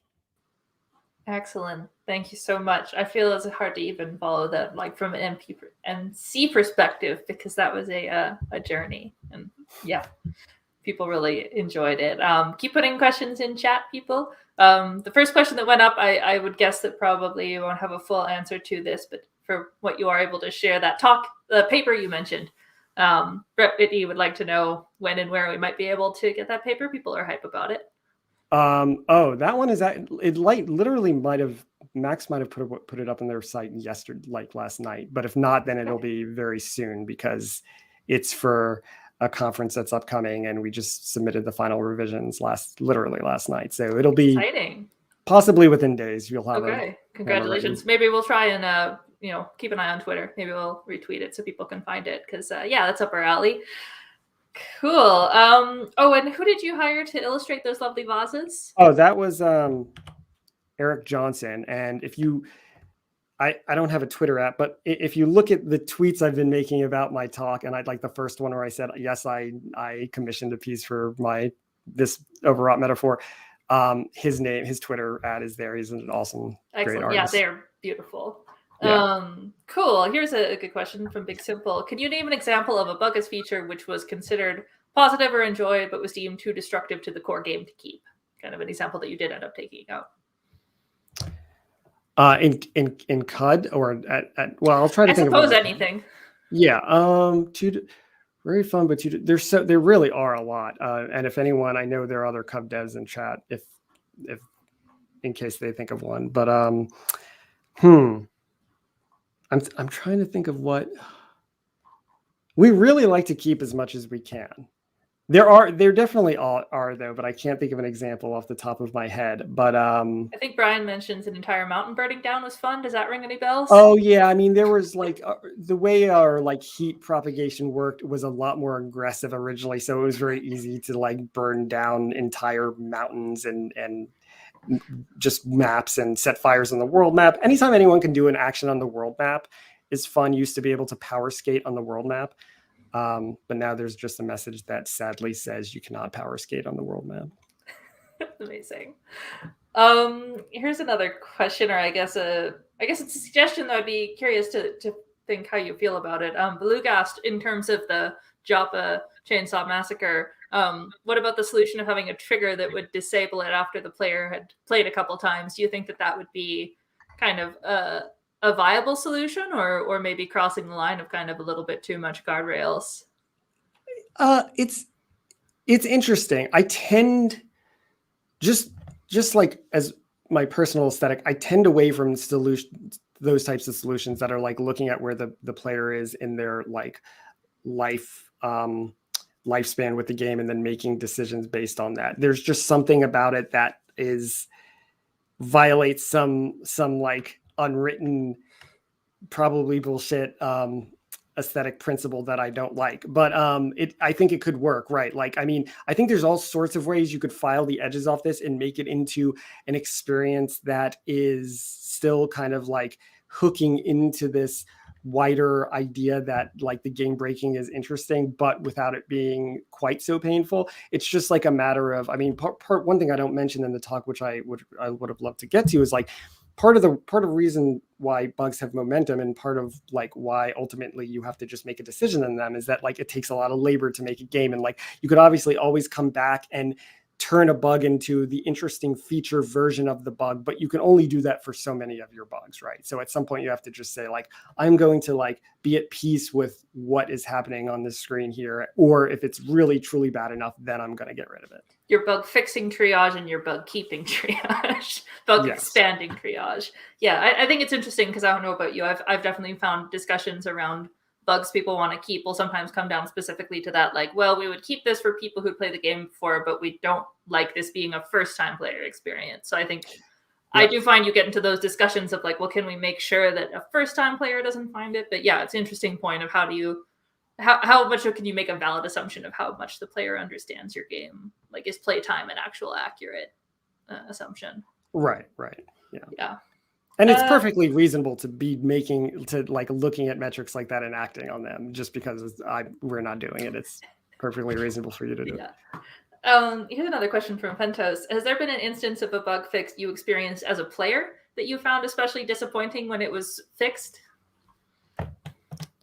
I mean, yeah, this is another one where absolutely I'm going to try to think of an example on the spot.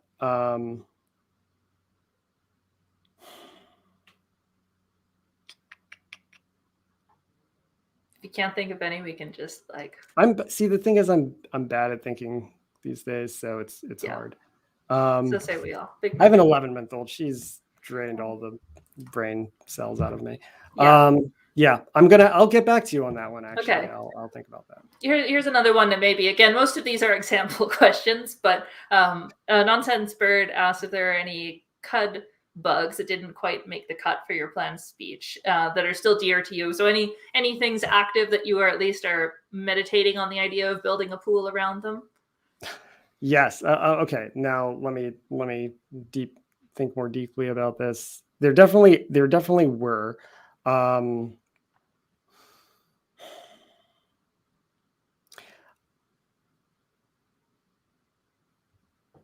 I mean, the burning the mountain down is interesting. That did come across when I was like looking through all my old screenshots of like funny cud bugs that we've hit on.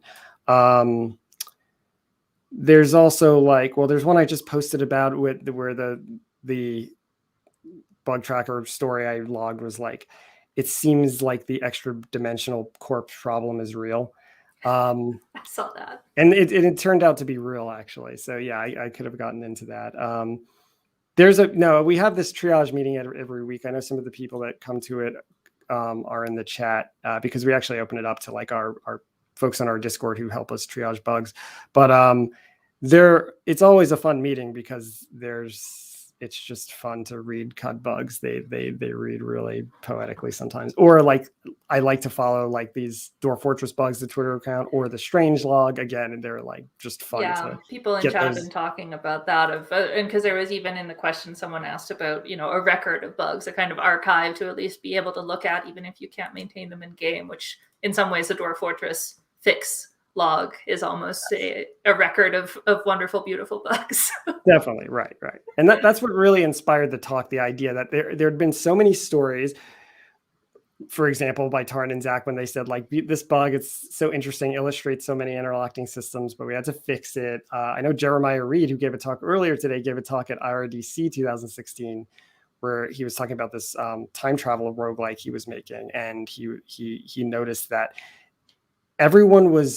all of the characters were marrying the deceased. Like there was like an excess number of marriages being logged in like the stack trace. And that was because he had forgot to disable marriage for when you die. And so that was just really funny and evocative to me. So I'm always thinking like, what is the game that like spins off that and like takes that bug seriously as a premise? Right. Yeah. Excellent. Well, thank you so much.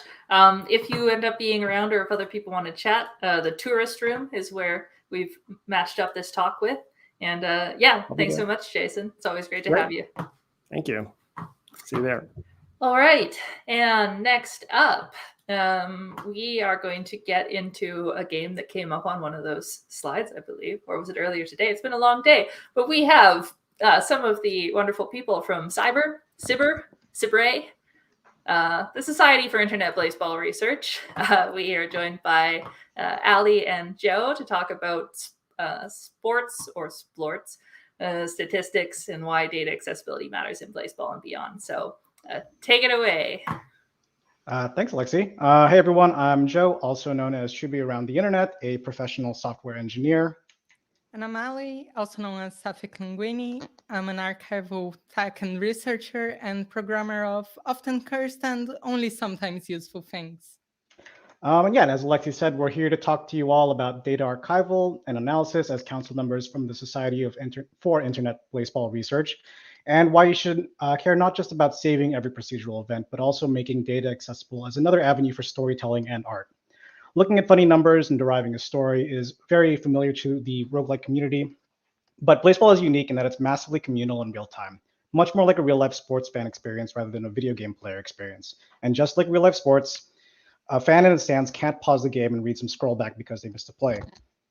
We'll talk about baseball, we'll talk about the tooling that the community has built, and we'll talk about some of the art this creative community has made from it all. So, first of all, what is Blaseball? Launched in August 2020 by the Game Band, Blaseball is an online baseball simulator with absurdist elements where every week is a new season and every hour is a new game day.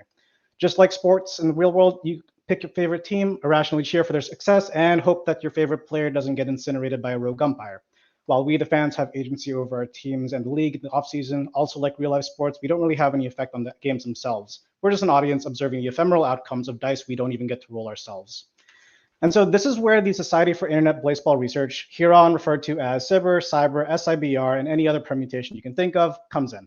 Cerber was born as a joke when the current headmistress Eliana randomly opened up the network inspector and saw that the website was only rendering a fraction of the data being sent over the wire, and decided to pipe that all as JSON into a file uploaded to S3. So just like the early days of sports, in the early days of baseball, if you weren't watching the game and missed the game-winning play, the best you could hope for was a friend to tell you how cool it was. Even if you were watching live, there's only so much you can absorb without a replay. So this might start sounding familiar to all of us roguelike and procedural systems enthusiasts. How many times in Dwarf Fortress do you find your legendary blacksmith dead in a corner with no idea what happened? Of course, you might be able to review a combat log to figure out that Eurist over there was throwing a tantrum, but what if it was something else? What if it was something like a supply chain lapse that cascaded into intermittent starvation? What if a stalk fell on a tree in the caverns and Eurist decided that they needed it? So this is a double-edged sort of procedural systems where tons of things are interacting with themselves. They're constantly telling interesting, surprising stories that are absolutely impenetrable without excruciatingly detailed notes.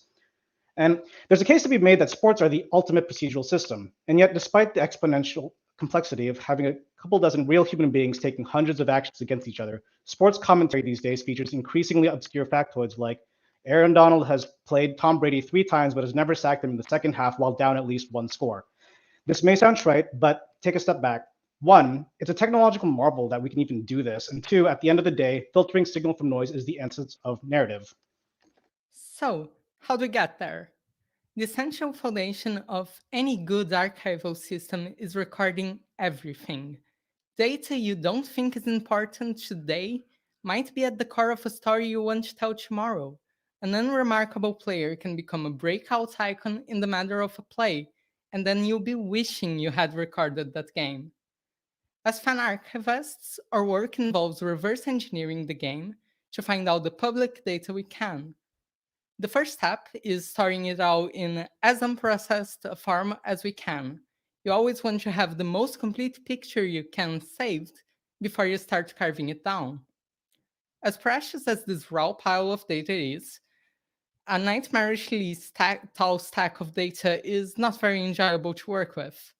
Telling a sports story means finding that one play where you can see your star starting to get it, and you don't have the time to scrub days of footage to see it.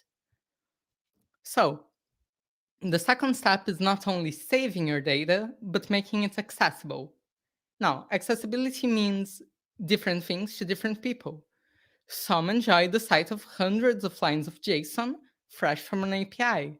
Some find it terrifying.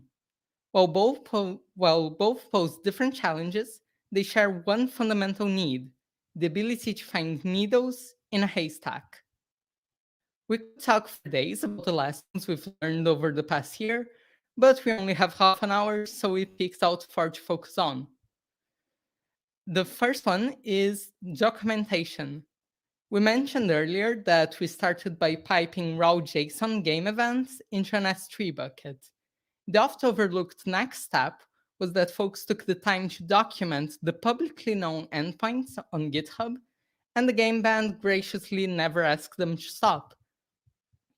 While this meant that May, Lilsurf, and Shibo had a common reference to use while doing the tough job of parsing, deconstructing, and aggregating game state objects into structured models for analysis, it also meant that when B joined a couple seasons later and built BlazeBot, another instrumental community tool, Star wasn't starting from zero, nor was Star blocked, despite having a completely different use case and tech stack to the initial intended use case for the raw data.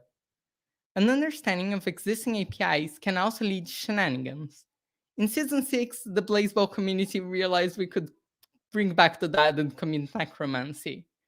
The idol mechanic was introduced recently, which had allowed fans to declare a player as their idol, getting a bit of coin when they did things like hit a home run or throw a strike. Additionally, there was an idol board that listed the most idolized players.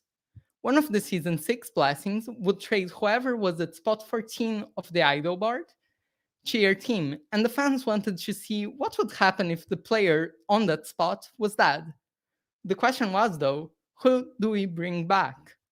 One of the names floated was Jalen Hotdog Fingers, who had the dubious honor of being the first ever incinerated player.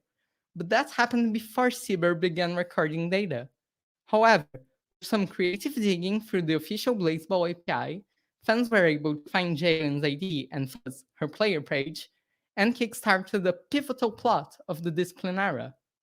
So, lesson number 1, don't just store all the raw data, document what you have stored and where you're getting it. It's a low-effort thing that not only helps you, but can encourage community growth and creativity. However, raw data is still obviously very important. Even if you have a set of aggregated data available, the questions people ask evolve over time, and the only way to service unknown unknowns is analyzing the raw data. What we can do, though, is make accessing and slicing that raw data easier.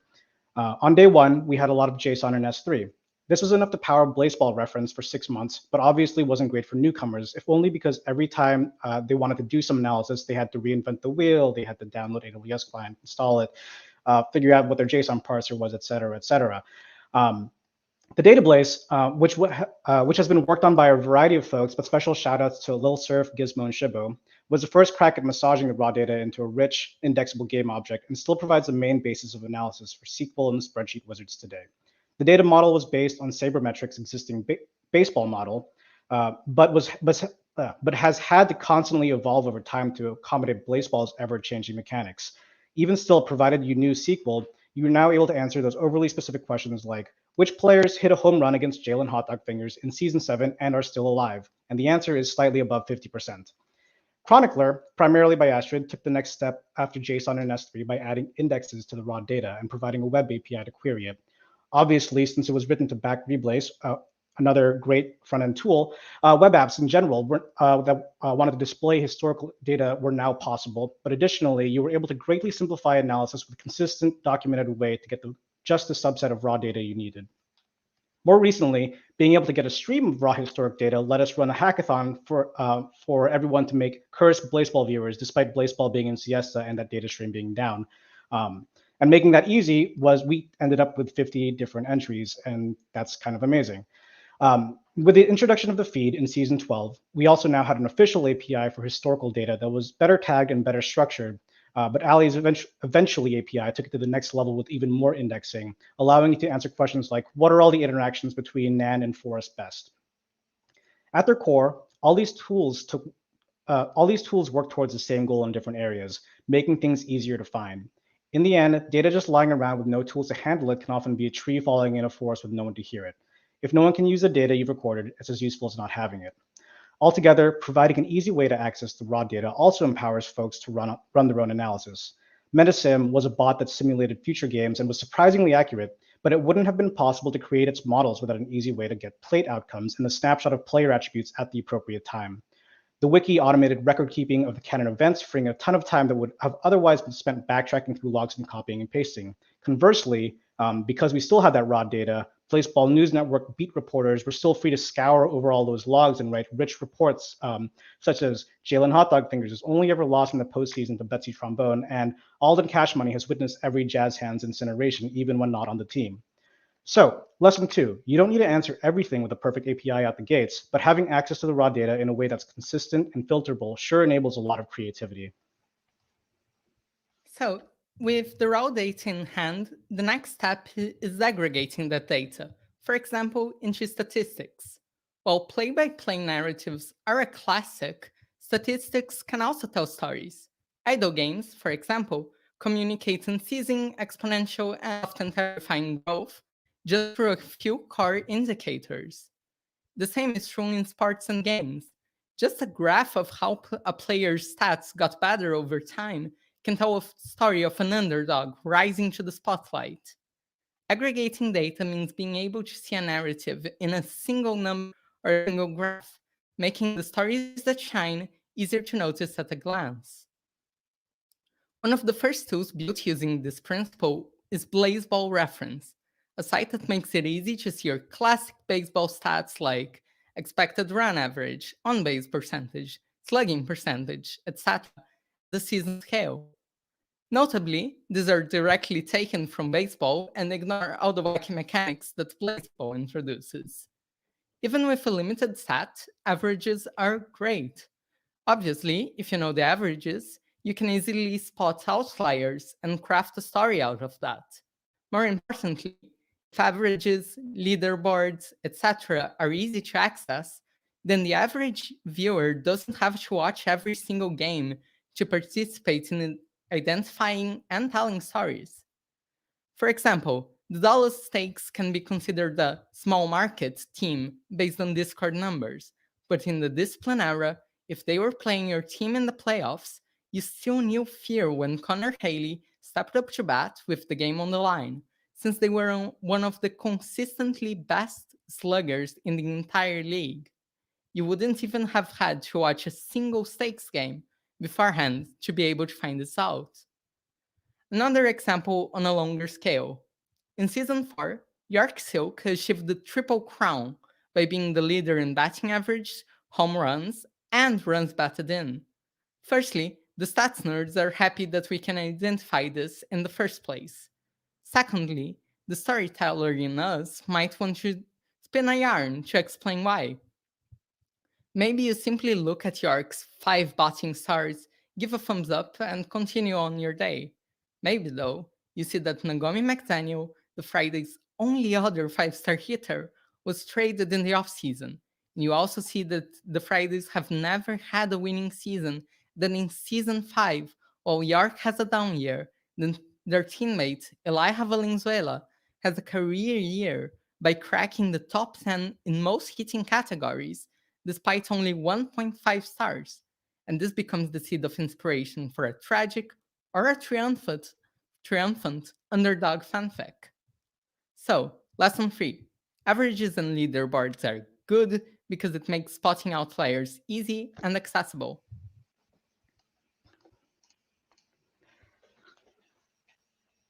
At first glance, it might feel like you only need to care about the effects of something, the final score of a match, or that it landed you in the playoffs. But to tell a story about it, you often need to know what happened. Put it like this. How do you tell the story of the play that saved your team from the clutches of a defeat in that one match without access to a replay? You can try, but without a way to look back at what happened, it's a challenge. To that end, BlazeSpot and Reblaze were another set of tools that changed the landscape. As mentioned before, BlazeBall didn't launch with a way to view past events once the website updated. While there's a case to be made that sharing notable events that were missed helps build a community, it can also make that same community impenetrable at times, and it places a burden on your terminally online community members to repeat themselves a lot. By posting notable events like considerations, peanuts, game outcomes, etc., and more to Discord, Bee's BlazeBot provided one of the first ways for people to asynchronously read updates on their team. Reblaze, as mentioned before, another tool by Astrid, did the same by making it easy to search through previous games to view the entire chronological event log, but also made it possible for people to share a series of events with each other, like an instant replay. Mythologization based entirely on vibes and theme is great. You can write an entire talk on how the story of Landry Violence's incineration, written entirely as fan work, directly and indirectly paved the way for much of BlazeBall's culture and plot. Also, shout out to Sam and Steve. At the same time, being able to pull up a replay of Workman Gloom being incinerated before hitting a home run goes from, weird, did anyone else see that, to, holy crap, I can't believe that just happened, everyone check this out. So, lesson 4, make viewing scrollback easy, shareable, etc. It's another way to build community by sharing the common seeds of inspiration. Also, if you have some free time, check out before.sibber.dev. There are a ton more tools and stories that we can cover, but what we really want to drive at is, at the end of the day, it's people telling stories. Before the data was captured, BlazeBall was already a community of rich storytellers, and once we did start collecting the data, folks were able to tell the stories that they wanted, even when the tooling was non-existent and imperfect. And those perfect tools will never exist. Even now, we're discussing the next iteration of the database and much of the other tools that were discussed here and others, and that's totally fine. We remember the stories we tell each other, not the ease with which we derive signal from noise. But if you've made it possible for one more person to tell their story today than yesterday, that's one more voice in your community that can leave a lasting impact. Thank you. And we wanted to give a special thanks to the Game Band for making BlazeBall. We wanted to give a special thanks to the Sibber College of Augury for helping us write this talk, and the Sibber community as a whole, and obviously Roguelike Celebration. Kawa and Alexi, you're the best. Thank you so much for hosting us. If y'all have any questions, especially I'm happy to talk about how to transfer this into other games and other sets of data. I literally do this for my job, so. Excellent. Yeah, no, thank you. We have a few questions already. One from Cuttlefish Man. What has been the most surprising offhand use of the data stream archive that y'all weren't expecting? Which I think is a hard question given you just had a game jam that was entirely kind of, Entirely, I mean, entirely. How can you surprise and delight us? yeah. I have a Um, very selfish answer, which is Yeah. we used it to put Blazeball on a CD-ROM. That was good. For those who haven't heard that story, Ali, you want to get into that? Yeah, Iliana, the headmistress, had a meeting with Joe, who is one of the developers of Blazeball, and we decided we wanted to surprise him with a copy of Blazeball, entirely replayable, the entire history of Blazeball on a single 700 megabyte CD-ROM. So we used before.cyber.dev, which replaced Blazeball history. I wrote some curse compression to take 20 gigabytes of Blazeball history into 570, and we put Blazeball on a CD and gave it to Joe. I think that's so beautiful. I can't imagine as a game developer something much more satisfying than that. So I think I'm thinking of some of the game jam entries. Speaking We of had CDs, one that was Blazeball 99, which was yeah, like the GeoCities GeoCities one, that was good. I was just kind of thinking about CDs and some of the hackathon entries, which were like there were a couple that translated game events into music. One way, and all of them in very different ways. One like generated sheet music. One was like a synthwave like thing. One did like jazz orchestrations. It was great. yeah, cool. I mean, people go ahead and ask more questions. We've actually got a fair bit of time for Q&A. I guess one thing that I would maybe ask, because you mentioned it a bit, was when it comes to applying it to other games, which I know like I can see the use of a lot. Are there any things that come to mind in terms of games that you've played that you kind of wish that it also provided the type of data that would let you, be able to pull it out and make things with it like this?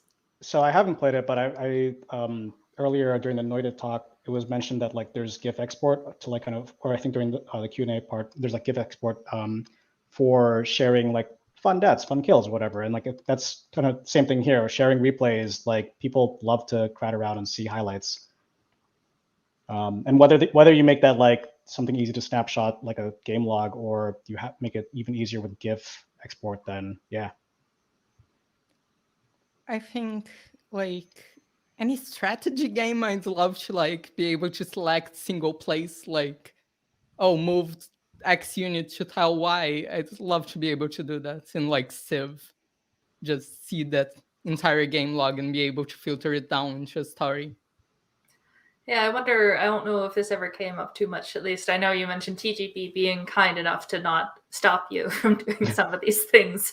I wonder about the intersection between, I feel like sometimes we see talks from developers, like I know the Slay the Spire team has a really in-depth kind of data view of all the different runs and what people have played and stuff like that. But usually I think we see that talked about as internal dev tools. And I wonder about the possibility of, making internal tools external, or how much difference there would be, like if those internal tools would maybe not quite fulfill the type of role you're talking about. Yeah, the game band has been very kind to us. We have great communication with them, and just like if you have that amount of data, figure it out how to make it safe for public access. For example, in Cyber, we have a hard line against messing with any kind of user data, but the API to, for example, get live game updates doesn't require you to send any logging information. So just being able to access the data without dealing with any kind of personal user data is great. Figure out what you have that is safe to expose and give that to your community. They will do cursed and often blessed things with it. I'm also kind of reminded of the double jump paper, which is like a little bit of an inverse of the question you just asked. But like there was a decree one season called Double Jump. I forgot the exact like mechanics of it, but it allowed kind of some silly hopping around the standings within the division, and like Cyber, I forgot exactly who the authors were because it was a while back. We had all the data, ran the numbers, kind of like did some Excel spreadsheet wizardry to simulate what would happen like within the last season if double jump happened, and kind of like projecting all that out, and wrote a whole white paper about that, published it before the election, which was amazing. Later on, TGB told us that they had read the paper and realized that we had uncovered a whole bunch of bad use cases, and edge cases that would have happened if that had gone through. And like within the framework of the game, they were voting against it, but like yeah, it was to that kind of degree. Right. It's a back and forth as a community. They gave you Yeah. enough data that you were able to find some things they hadn't thought of. Mhm. Yeah. No, I think that's really great. Yeah, we have a few other questions. So one that I think not people maybe didn't realize was a joke question or is a difficult one is, how do you pronounce the acronym for the Society for Internet Baseball Research? Which It's pronounced Ciber in Portuguese, so CIBER. okay. Yeah, that one. Yeah. We got a Alright. definitive answer, folks. I wasn't expecting that. Alright. Oh, Oh, you loser. there. We got you. Just little cutting out in and out. There's another good question here from Dastardly. Have you found that people, especially people new to coding, have been able to learn more about databases and programming by joining Cyber? I have a personal answer here, which is that a year ago, I knew very little about modern systems administration. I was very old school. I do not know what Docker is. And then I started learning it, like how do you administer a modern server? Because I wanted to put some software on our server we ran for the community. And then we gave now Ali the keys. and now I'm one of the key managers of the server. So we do definitely get a lot of like just being exposed to a community that will like let you ask questions and give you kind answers and walk you through things. And also accept if you don't want to deal with code. We have a lot of great tools like Joe has made Feedback, which uses Mito eventually to make little like TweetDeck columns of sorted events from Blazeball. That allows you to get a lot of data, even if you don't like messing with tech. So it's really about both being kind if people ask questions, giving them the time to learn things, walk them through things, and also making tools for people that just Yep. don't like that kind of thing, which Yeah, and is very valid. Yeah, and I think that's like definitely a very important thing. Just like accessibility doesn't just mean for coders; it means for like everyone, making everyone kind of be able to participate in these things. Like you don't in the real world, you don't like in real sports, you don't need to understand like camera work to watch a replay of a sporting event, things like that. Also, like so Ali mentioned Feedback. Me and Ilyana also wrote like Tome because we wanted to like make information at a like quick information more accessible to the sportscasters, like the folks who are calling games live on Twitch, and like they don't have time to write a JSON query and parse through all that to see what's going on. So yeah. Yeah, I call them clawmentators. Claws up. Yeah, and I think there's a Crab's world of bad. like crab's good. Crab's kind of okay. Crab's okay. Crabs go up. Yeah, and even on a meta level, like I don't know how if you actually, I know that you're in the back end. If you want to speak to your experience, kind of almost making tools for the people who make tools. Oh, you're still muted. Oh, hello. Nope, still can't hear you. I think your hardware muted. Hi, I exist. Hello. Hello, I'm Kawa, pronouns they, them, one of the organizers of this conference, and also one of the other members of the Cyber, whatever you want to call it, community of tool makers and hack posters. And yeah, my baby, my tool is actually the weird meta accessibility tool. It's called Witch Tool. It's witchtool.cyber.dev. And basically it is a collection of all of these crazy things that all of these crazy cats have made in Twine. So you could just ask, like, where is that thing where I can see how much Experianism everyone has? And it will tell you, oh, it's at this link. And there's these older tools that you might remember. So yeah, that's a thing. So And it's one of these things that I learned Twine during the pandemic for personal projects last year. That was really fun and satisfying. But other than my personal narrative projects, I didn't have any reason to use this skill. And then I realized hanging out at the Discord for the society that the same 5 questions kept being asked over and over again. Where is that thing? Which one of these databases should I use for a thing that I want to make? Where is that one other thing that happened again? And I decided that instead of just us doing that over and over and over, I would just say, okay, here's a website. Maybe it'll answer your question. And if it won't, then come over and ask us. And it helped a lot. And a lot of people have found a lot of really good use from it. And I try to make it as accessible as possible. People can contribute their own tools. I always help people contribute to it. So it's been really satisfying to watch what people can make in the community go up and up as we make more and more things. So yeah, that's that.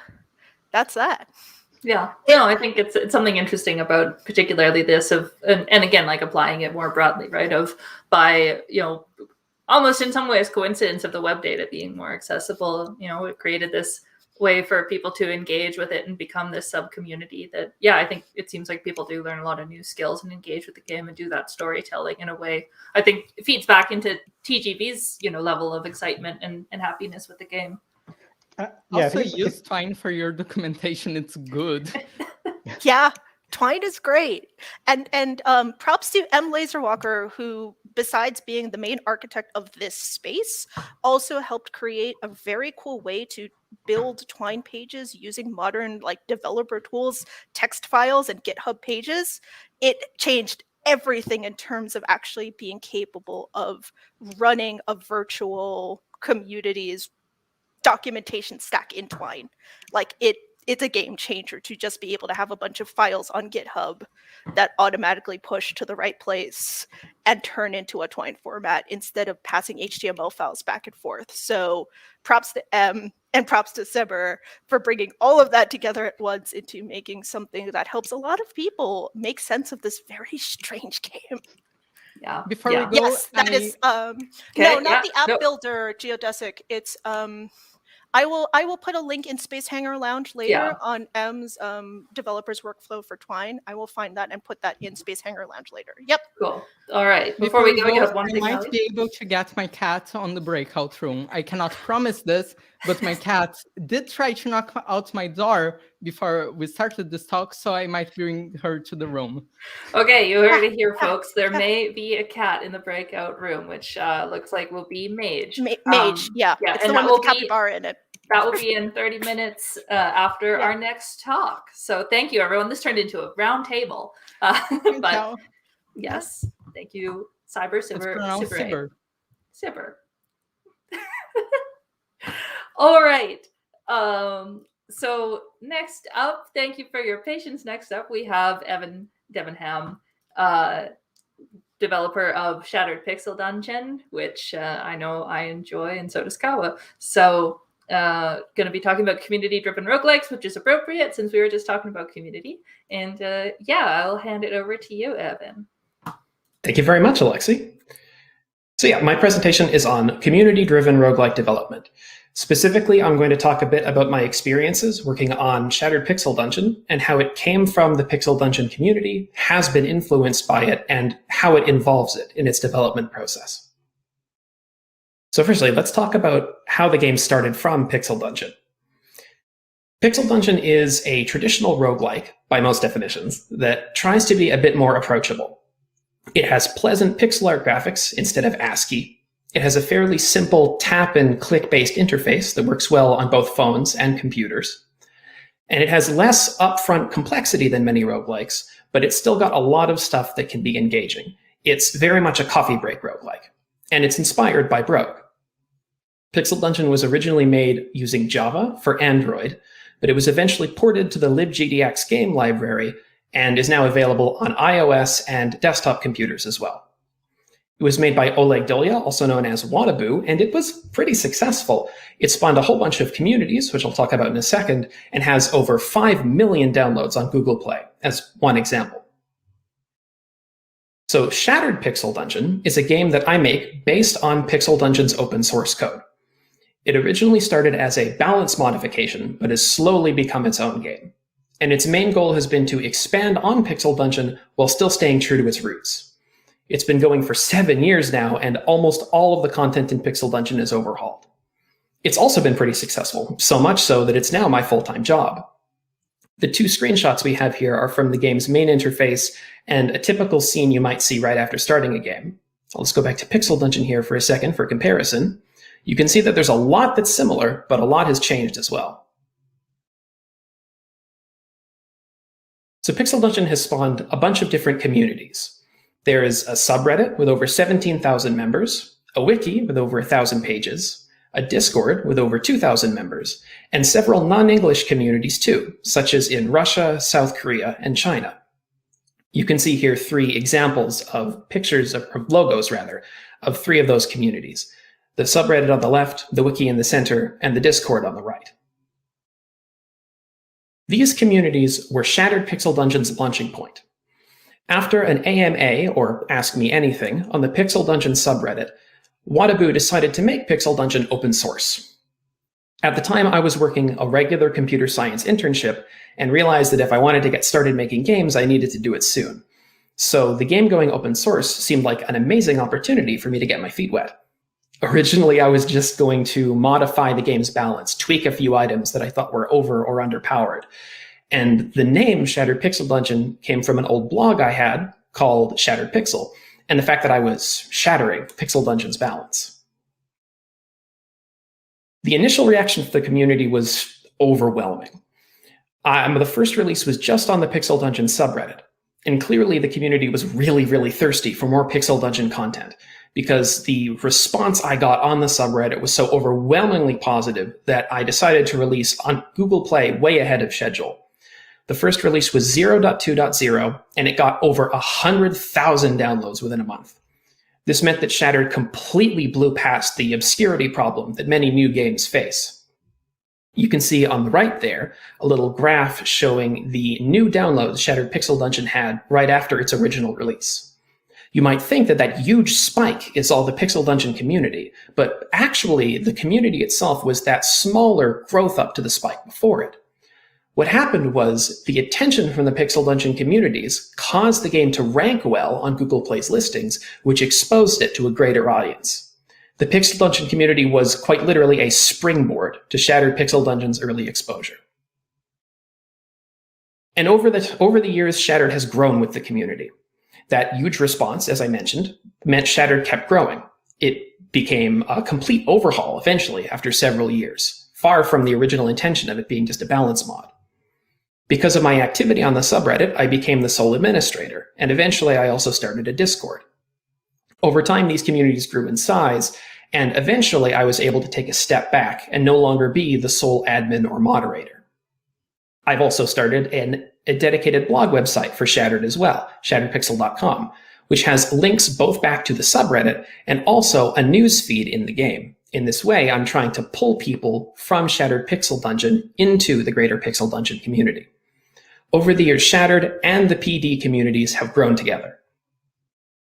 And it's important to note that I'm not the only person who's taken the source code of Pixel Dungeon. There are hundreds of other Pixel Dungeon variants, which range from tiny tweaks to huge gameplay overhauls like Shattered. And while some of them are developed more sporadically than others, there's always going to be something new if you want to play a version of Pixel Dungeon that isn't Shattered. Shattered and these various versions have kept Pixel Dungeon and its community alive for years after Pixel Dungeon's final update in 2015. Here are some of the logos of some of the most popular Pixel Dungeon versions. From left to right, we have Remix Dungeon, Yet Another Pixel Dungeon, Skillful Pixel Dungeon, Sprouted Pixel Dungeon, Moonshine Pixel Dungeon, and Soft Pixel Dungeon. So now that we know where the game started from, I'm going to talk a bit about how the game has iteratively improved over the years through my update philosophy. Shattered does what I call iterative updates. I release an update for Shattered about every 2 to 3 months, and these updates usually have a primary focus plus some content on the side. Over the years, I've released 10 major and 28 minor updates to the game since 2014. These major updates used to take 6 months or more, but now I try to break them up into more manageable chunks so that pretty much every update hits that 2 to 3 month target. You can see at the bottom here a timeline of Shattered's major updates. So why do I do this? Iterative updates are easier to plan and design and help limit feature creep. I can still try to create some bigger overarching thing, but at the end of the day, anything I make has to be split into 2 to 3 month long deliverables. This helps keep a great balance between the short term and the long term. 2 to 3 months is big enough to be able to continually work towards something bigger, but is small enough that there's always something new, keeping the players engaged. I have people who've been dedicated to Shattered since 2014, and I think a big part of that is because if they put the game down for a few months, there'll always be something new to come back to. There's also a lot of room for experimentation and course correction with this strategy. If you want to try something and the update doesn't quite work, the absolute worst case scenario is that you lose 2 months of work. Not great, but not disastrous. But more importantly, it means that I can always go back and revisit an update and make changes or corrections. This frequently happens in an update following the previous one. So what actually does go into an update? As I mentioned, there's major content, things like overhauls to large gameplay mechanics or categories of items.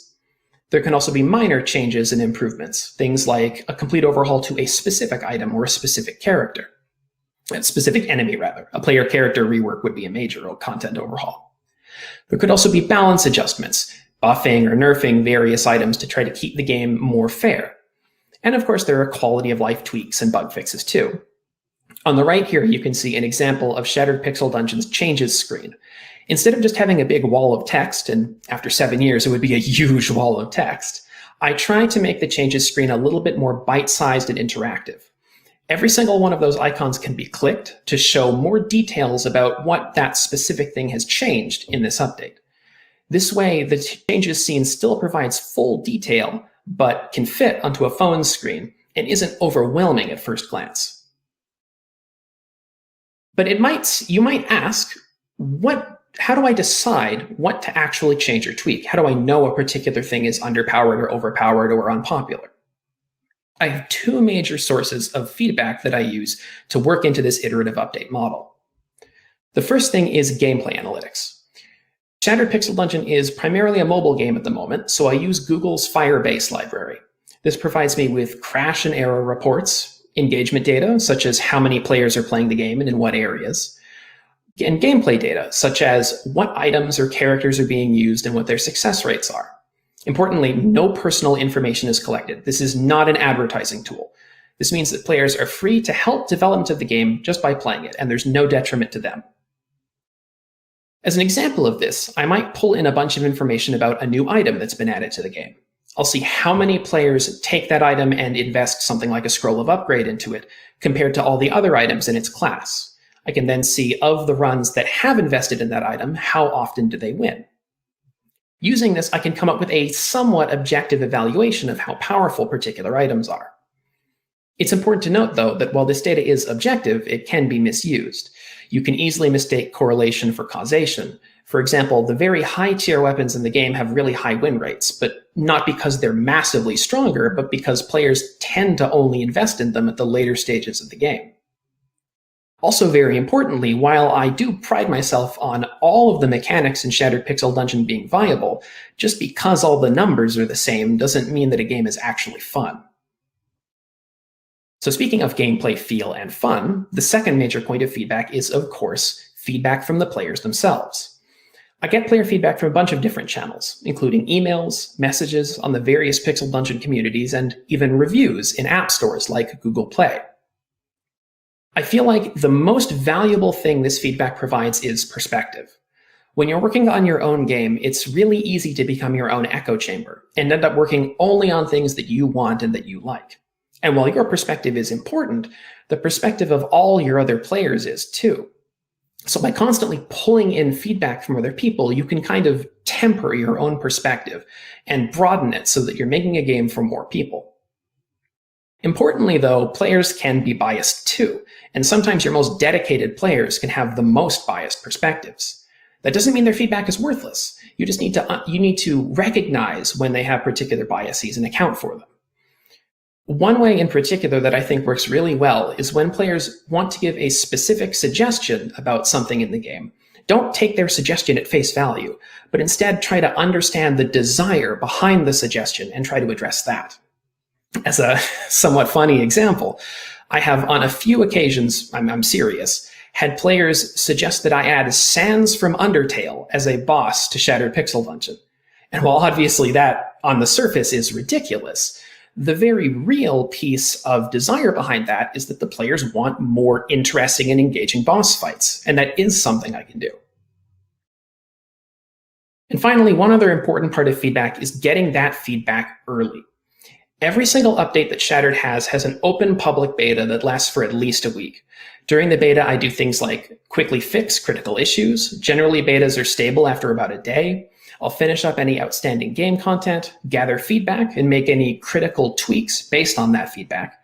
And also, because Shattered Pixel Dungeon has a translation project, this gives the translators time to help translate all of the new content in the game.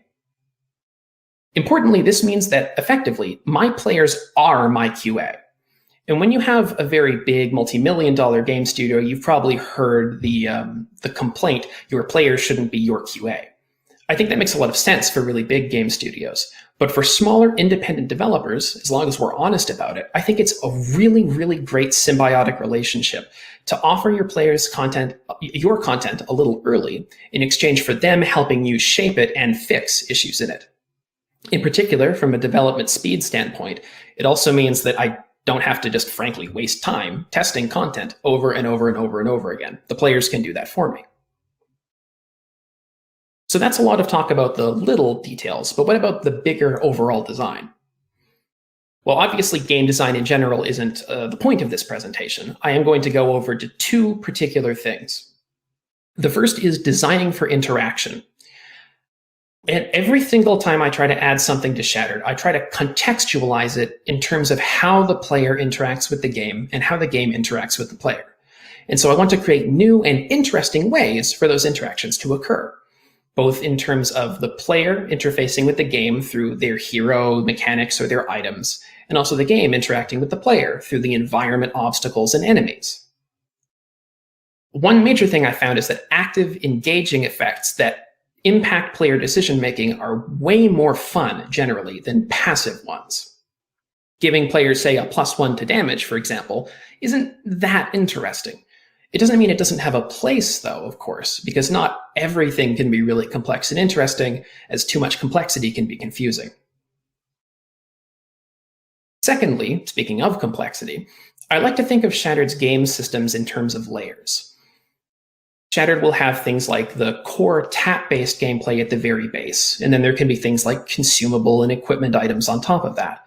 Then the abilities of the hero and their enemies, and advanced gameplay strategies, or the structure of the level itself and hazards in it like traps, and all sorts of other things. The idea here is that each of these layers is not that complicated in and of itself, but all the layers interact with each other to create a really deep, interesting experience. Crucially, I think this is one of the reasons why Shattered Pixel Dungeon still feels so much like Pixel Dungeon, because I haven't really done much to change those core layers. That basic tap-based gameplay is still the foundation of the game. You can see here two screenshots that I think demonstrate this. On the left, you have a screenshot in the early stages of the game. The player only has one enemy, which doesn't have many complicated mechanics to it, and really all they have to do is tap on them to defeat them. On the right here, we have a much more complex scene much later in the game. The player now has all sorts of items. In particular here, they have a Staff of Fire Blast, which they're using against a boss monster, and that boss has all sorts of mechanics of its own as well. The idea is that that core tap to move here or do this gameplay is still there, but there's so much more going on top of it.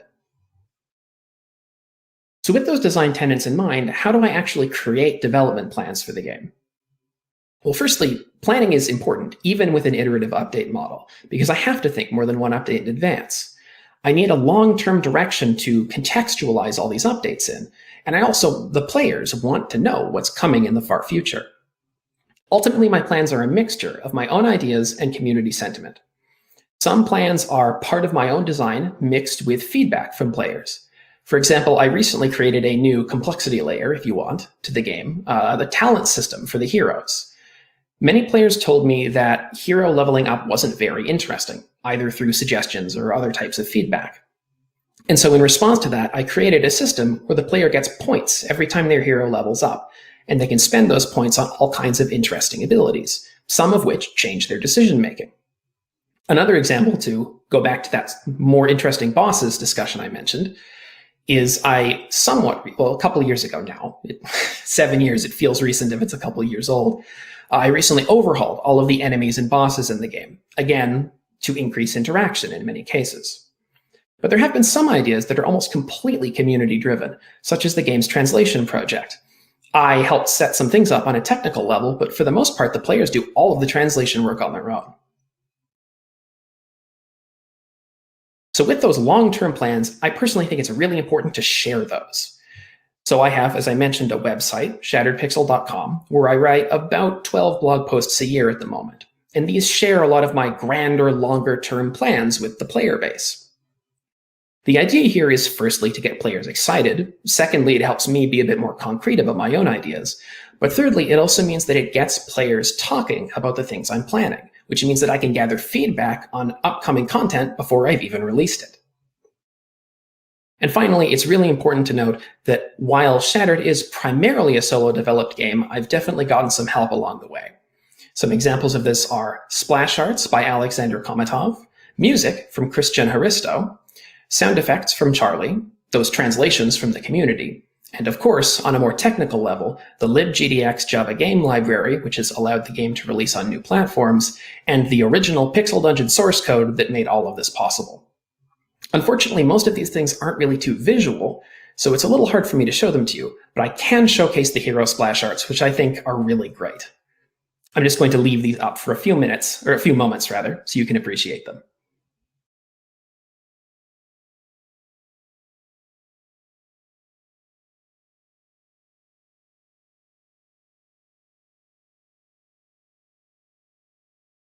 So, finally, how have I made all of this sustainable and a career, as I mentioned previously? In my opinion, this is the most valuable thing the community has given me. But before we get into that, let me quickly say how mobile games usually make money. Generally, a mobile game will make money either through advertisements or microtransactions. Advertisements are things like banners that pop up on the top of the screen during gameplay, or full screen ads during pauses in gameplay. The goal with them is to generate a consistent amount of small revenue from every player. Microtransactions, on the other hand, generally will charge the user to access advantages in the game or to speed gameplay up. And their goal is to create a large amount of revenue from a small number of players. Unfortunately, both of these things don't work at all for Shattered because they're disruptive to the gameplay experience. Advertisements take away screen real estate from the game and can have privacy concerns. And microtransactions can cheapen the gameplay, which is especially problematic for a roguelike that's supposed to be challenging. And most importantly, the community would be outraged if I did one of these things. The original Pixel Dungeon sets a precedent for a 100% offline game with no monetization. The original Android version of the game has a tiny little donate button in the main screen, and that's it. Nothing is tied to real-world money. And importantly, Shattered is open source, so anyone could take my code and compete with me, something that many players may want to do if I start to sell out or similar. So because of this, any monetization has to be non-disruptive. I've done 3 major things toward this. The first, in 2015, was a supporter purchase system. I added cosmetic microtransactions with the branding of supporting the game. These are cosmetic and mild convenience features, like gravestones with custom epitaphs for fallen heroes, the ability to rename your characters and items, extra screens on the game's rankings page, and recolors to the game's interfaces. The idea here is that they're focused on small, fun little extras that don't detract from the gameplay experience by cheapening the game if you buy them, or by making you feel like you miss out if you don't buy them. In 2019, I opened another blogging channel through Patreon. The blog has bonus content that's separate from the game entirely, focusing on behind-the-scenes information. It's basically a souped-up version of shatteredpixel.com. I write weekly mini-blogs, there's monthly content polls, an exclusive Discord, etc. This requires constant effort to upkeep, but I can integrate it with the writing I do for the blog. Importantly, this also provides a community for the game's most dedicated players outside of the public ones. And most recently, just selling the game. Shattered Pixel Dungeon recently released on the iOS App Store for $5. I did this for a couple reasons. Firstly, the original Pixel Dungeon was already $3 on the App Store, and I couldn't undercut it. Apple also has higher platform fees that I have to offset, and Apple users are just more willing to buy a game up front. Shattered Pixel Dungeon also released with 7 years of content already complete. By comparison, when Shattered originally released on Google Play, it was basically just the original Pixel Dungeon with a couple of tweaks. And I also included some supporter benefits in the game as a bonus. So, which one of these was most important? Personally, I think all three of them played a role. The cosmetic microtransactions were good money, but that money was dependent on the quality of the game. I wouldn't have kept getting revenue from them if I didn't keep updating. However, they were easy to set up. There was nothing I had to do after implementing the direct features. The Patreon, on the other hand, required consistent effort to upkeep, but also gave me community benefits. The Patreon does, however, require a decent number of people to sign up. It's not really very compelling having an exclusive community if there's only 1 or 2 people in it. And finally, just selling the game. I only have 2 months of data, but so far this looks like it's going to be the best sustainability feature of the game by a lot. However, it was also the hardest to set up. The game has to be worth buying in the first place. I could definitely not have started selling the game 7 years ago. So in my mind, all three of these have built on each other, and none of them was extraneous or unnecessary. And one little thing to mention, you may have already seen this if you looked at the Steam sale. Following the release on the App Store, I'm looking to release a PC version early next year as well, continuing on that success working with new platforms. The plan is to release it under a pay-what-you-want model on itch.io, with $10 as a suggested amount, and $10 directly on Steam, with those supporter benefits included. The game does need more work for this, though. It's just like the other forms of monetization, it's not easy to just do right away. Currently, the game on desktop is a straight mobile port, and I think that there are changes I need to make to the interface and keyboard and controller support in order for desktop users to feel like they're first-class citizens. So, in conclusion, Shattered is a little different perhaps from other games, but definitely not unique. It started as a modification but grew into its own game. There are several easy examples of this with Valve properties, like Team Fortress, Counter-Strike, and Dota. Its popularity was gained through an existing audience, which is true of most modifications, fan games, and even sequels. And it was self-published. There are some extremely successful games that have been self-published, like Minecraft and Undertale, and plenty of roguelikes and lights as well, such as Binding of Isaac and Dwarf Fortress. All of these games may seem really different from each other, but there's one thing they all have in common, and that's the power of community. Every single one of these games, to some degree, owes either its initial success or its continued success towards community involvement. And I don't just mean people being willing to play the game. I mean people going above and beyond that, making their own content based on the game, participating in online communities, helping the game grow beyond just its gameplay. And I think that that is the biggest reason Shattered Pixel Dungeon has been successful. So, what did I do in particular for community? I helped get people engaged by leveraging and helping grow the existing Pixel Dungeon community. I created a blog and extra content channels for the game as well. I iteratively improved the game through frequent, smaller updates that were more flexible and easier to make. This let me easily integrate player feedback and data so I can course correct when I did make mistakes. And I tried my best to identify long-term goals based on a mixture of my own game design goals and community sentiment. And this has allowed me to steadily grow Shattered Pixel Dungeon and its audience and turn it into a sustainable career.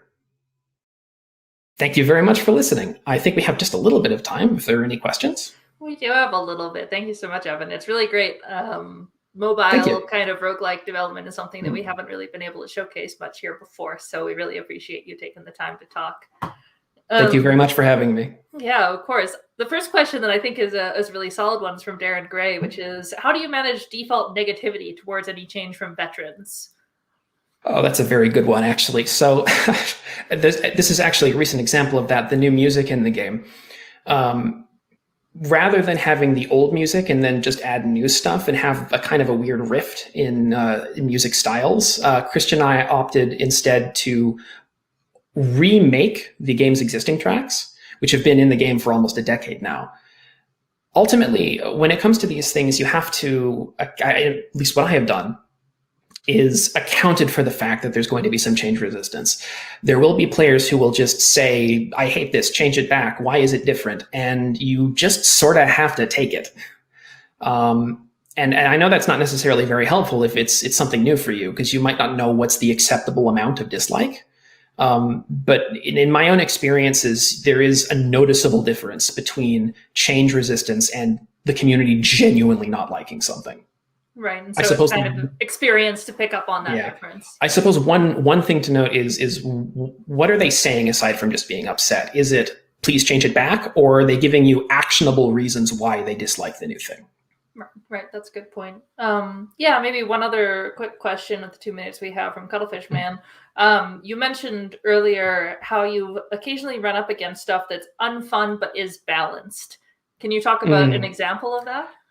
Well, I think so. If you want to say it from a numbers perspective, one of the scariest things that you can see for the numbers is something like an item with very, very low usage but very, very high win rate.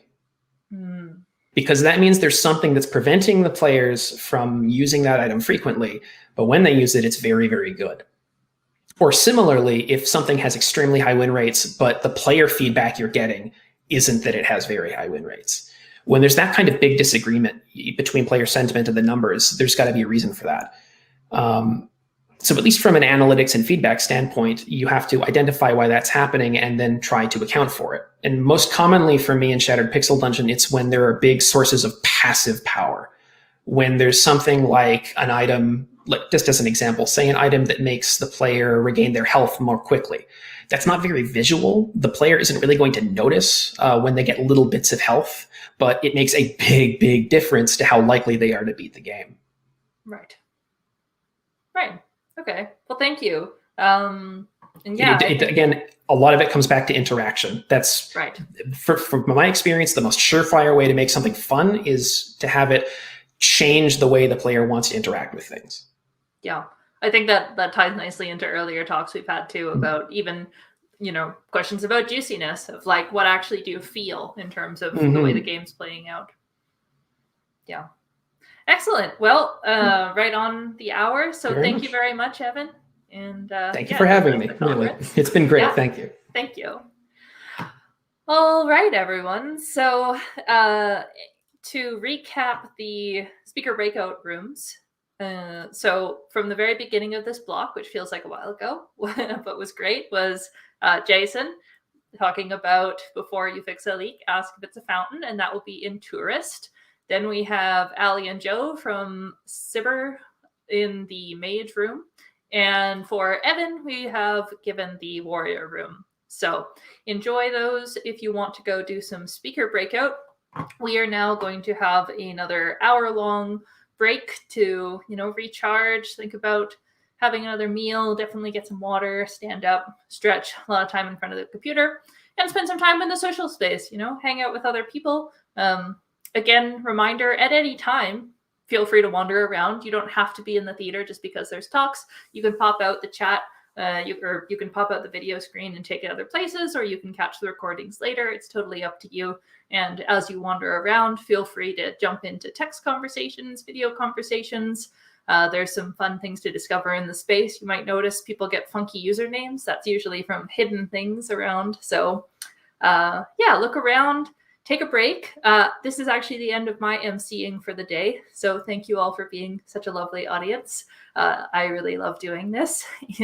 And I will be back tomorrow morning to give us another set of talks. And we will have one more chunk today that will be emceed by the wonderful Kawa, who appeared earlier. So thank you very much.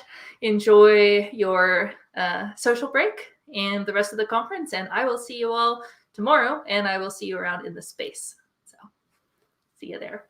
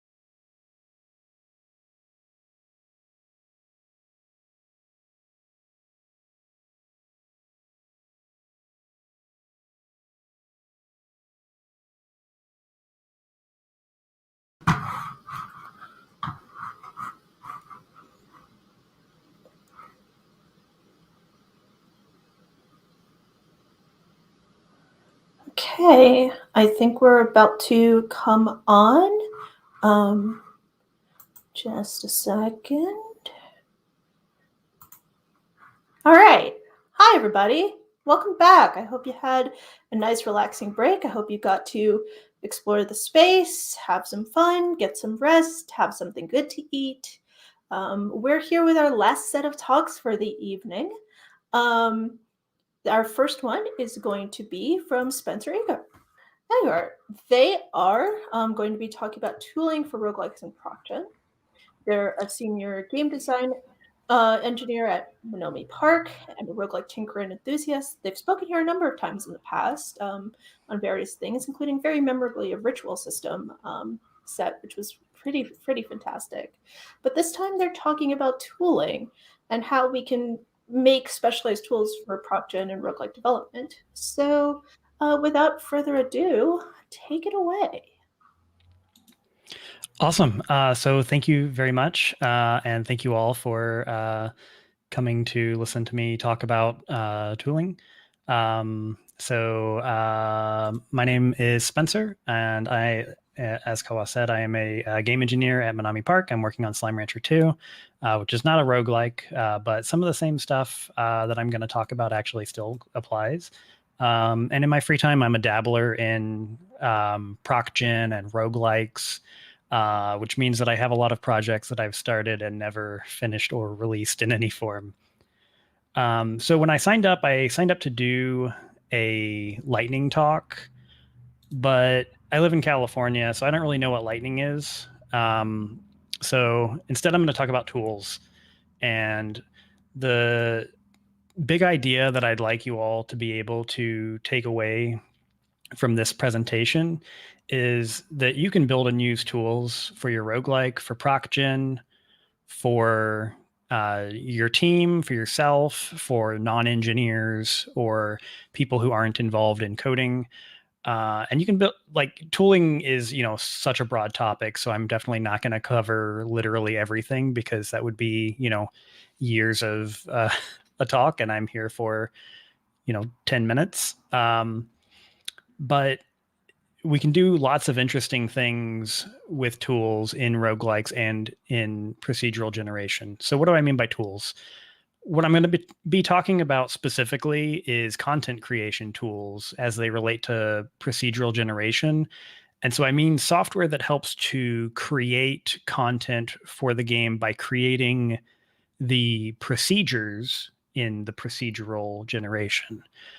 These provide kind of a non-code interface around the game data. And I have a little asterisk next to non-code because I am using that term here, but I think it is sometimes kind of a misleading term, because things like visual scripting or domain-specific languages are tools that help to create these kinds of things, but they are also, in a way, code or equivalent to code. So saying that like a visual thing is not code is not entirely accurate, in my opinion, but I'm using the shorthand here because I mean not literally writing code like in an IDE and an editor like that. So to demonstrate this, I'm going to quickly step through a case study in dungeon generation, because that's something that I think a lot of folks here are familiar with.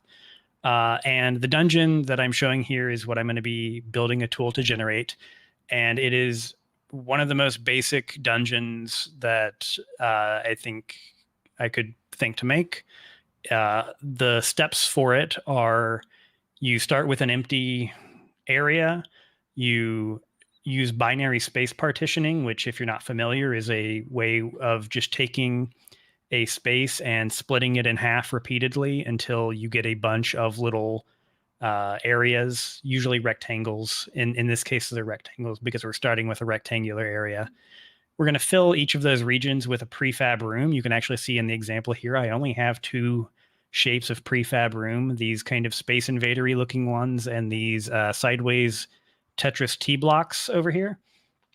And after we have all of those rooms, we want to wire them all up with some hallways. Here I'm using an A-star pathfinding algorithm. The exact algorithm isn't really relevant, but I like to use A-star so that I can have hallways like skirt around the edges of other rooms and stuff. you can do it much more easily than that. Anyways, so that process looks like this, where we start and we divide up the area, we place some rooms, we connect them all, and we can look at each of those steps individually. And that's actually what I'm going to be doing for creating the tool to build dungeons like this. So the 4 steps that I have shown here are the empty level, the binary space partitioning, the prefab room placement, and then the hallway connection.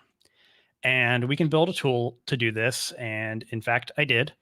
And this is what this looks like. So this is a tool that I built in Unity using a framework called Xnode, which is an open source library for Unity that allows you to create these kind of visual node graph interfaces very easily. The actual setup time to get the UI parts of this where I can drag and drop nodes around was, on the order of a couple hours maybe. So super powerful tool if you're working in Unity. I highly recommend checking it out. And I'll have a shout out for that at the end of the presentation. But this is the process that I described earlier, represented as a node graph. And so you can see going from left to right, we start with a blank level. We do a binary space partitioning. So all of these colorful rectangles are the areas that we've divided that big area into. We're placing some prefabricated rooms in here, and then we're connecting them up with A* to make hallways. The second to last node there, I have actually placing the player spawn. So, non-level geometry things can also be part of this process. I can incorporate, any part of the overall process can be part of a tool that you're building for it. It doesn't have to just be limited to the geometry. And we can actually look at a slightly more complex example that basically handles the case where our binary space partitioning has divided out some areas that are too small to fit any of our prefabricated rooms into. And we're going to branch. So I have a node up here at the top called region has room that just takes the regions that come in. And if they have a room, it pipes them out through one output node. And if they don't have any rooms in them, it pipes them out through the other one. And that allows us to branch in a kind of if then else manner. And if there's no prefab room placed in there, then all I'm doing is filling out some square rooms, which are just, carving out the rectangle that fits inside of the area with some padding on the sides for walls, and then piping all of those back into the A* hallway carver. This is a super simple example. Obviously there's a lot more that goes into dungeon generation or any procedural generated content of any complexity. It'll probably be more than 5 or 6 steps, and there will probably be more branching and logic. But I hope that by showing you this, you can kind of get the idea and maybe think about how you could apply this to, not just dungeons, but any kind of problem where you can identify all of the component steps and break them down into things. So in this case, I've broken them down into nodes, but it could also be, layers in a list or any other kind of representation that is useful for you to work with. And as I said, it doesn't have to be just one thing in here with the geometry. I could also be placing enemy encounters in here. I could be using this tool to place loot. I could be using it to generate loot. So if I had nodes that were like, item base, item curse, and, piping through those different nodes, generating an item along the way, I could be doing that in exactly the same way that we're doing a dungeon here. So to kind of summarize the general approach that I go with when I'm doing any kind of tooling like this, as I've said, the first thing is to kind of break it down into modular self-contained steps.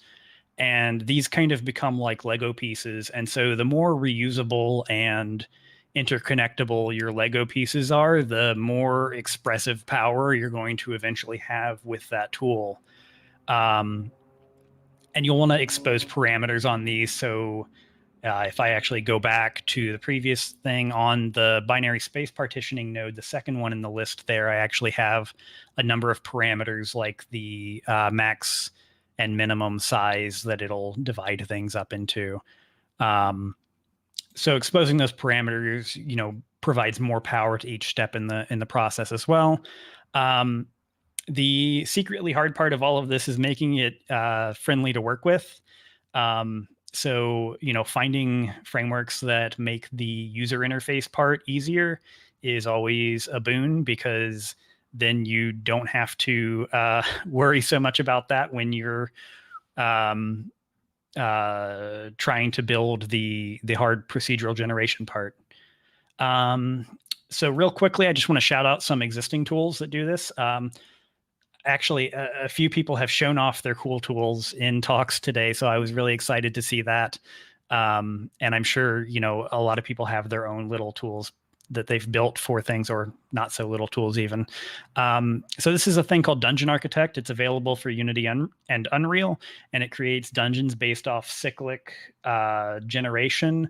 So if you've heard the really great talk by the Unexplored developers about how they do cyclic dungeon generation, this tool is built off of that. It's super impressive. It's way beyond the little demo thing I put together. Super neat. This is Xnode, which I mentioned having used. It's available on GitHub. It's a framework for building these kind of node charts in Unity. And this is Celix or Skelix procedural engine, also for Unity, and it uses a similar approach, but they have different examples like doing trees and buildings and such. Yeah, so that is my talk. Thank you very much. You can find me on Twitter at Spencer Eggert, or on itch.io at zeno.itch.io. Yeah, thank you.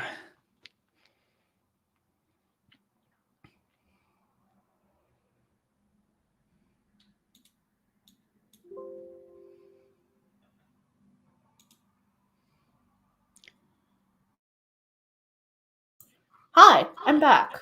I exist. So that was extremely cool. That was super fun. It was great. We have time for maybe one question before our next speaker is on. And then at the top of the hour, if you're available, we've assigned the Rogue breakout room to you.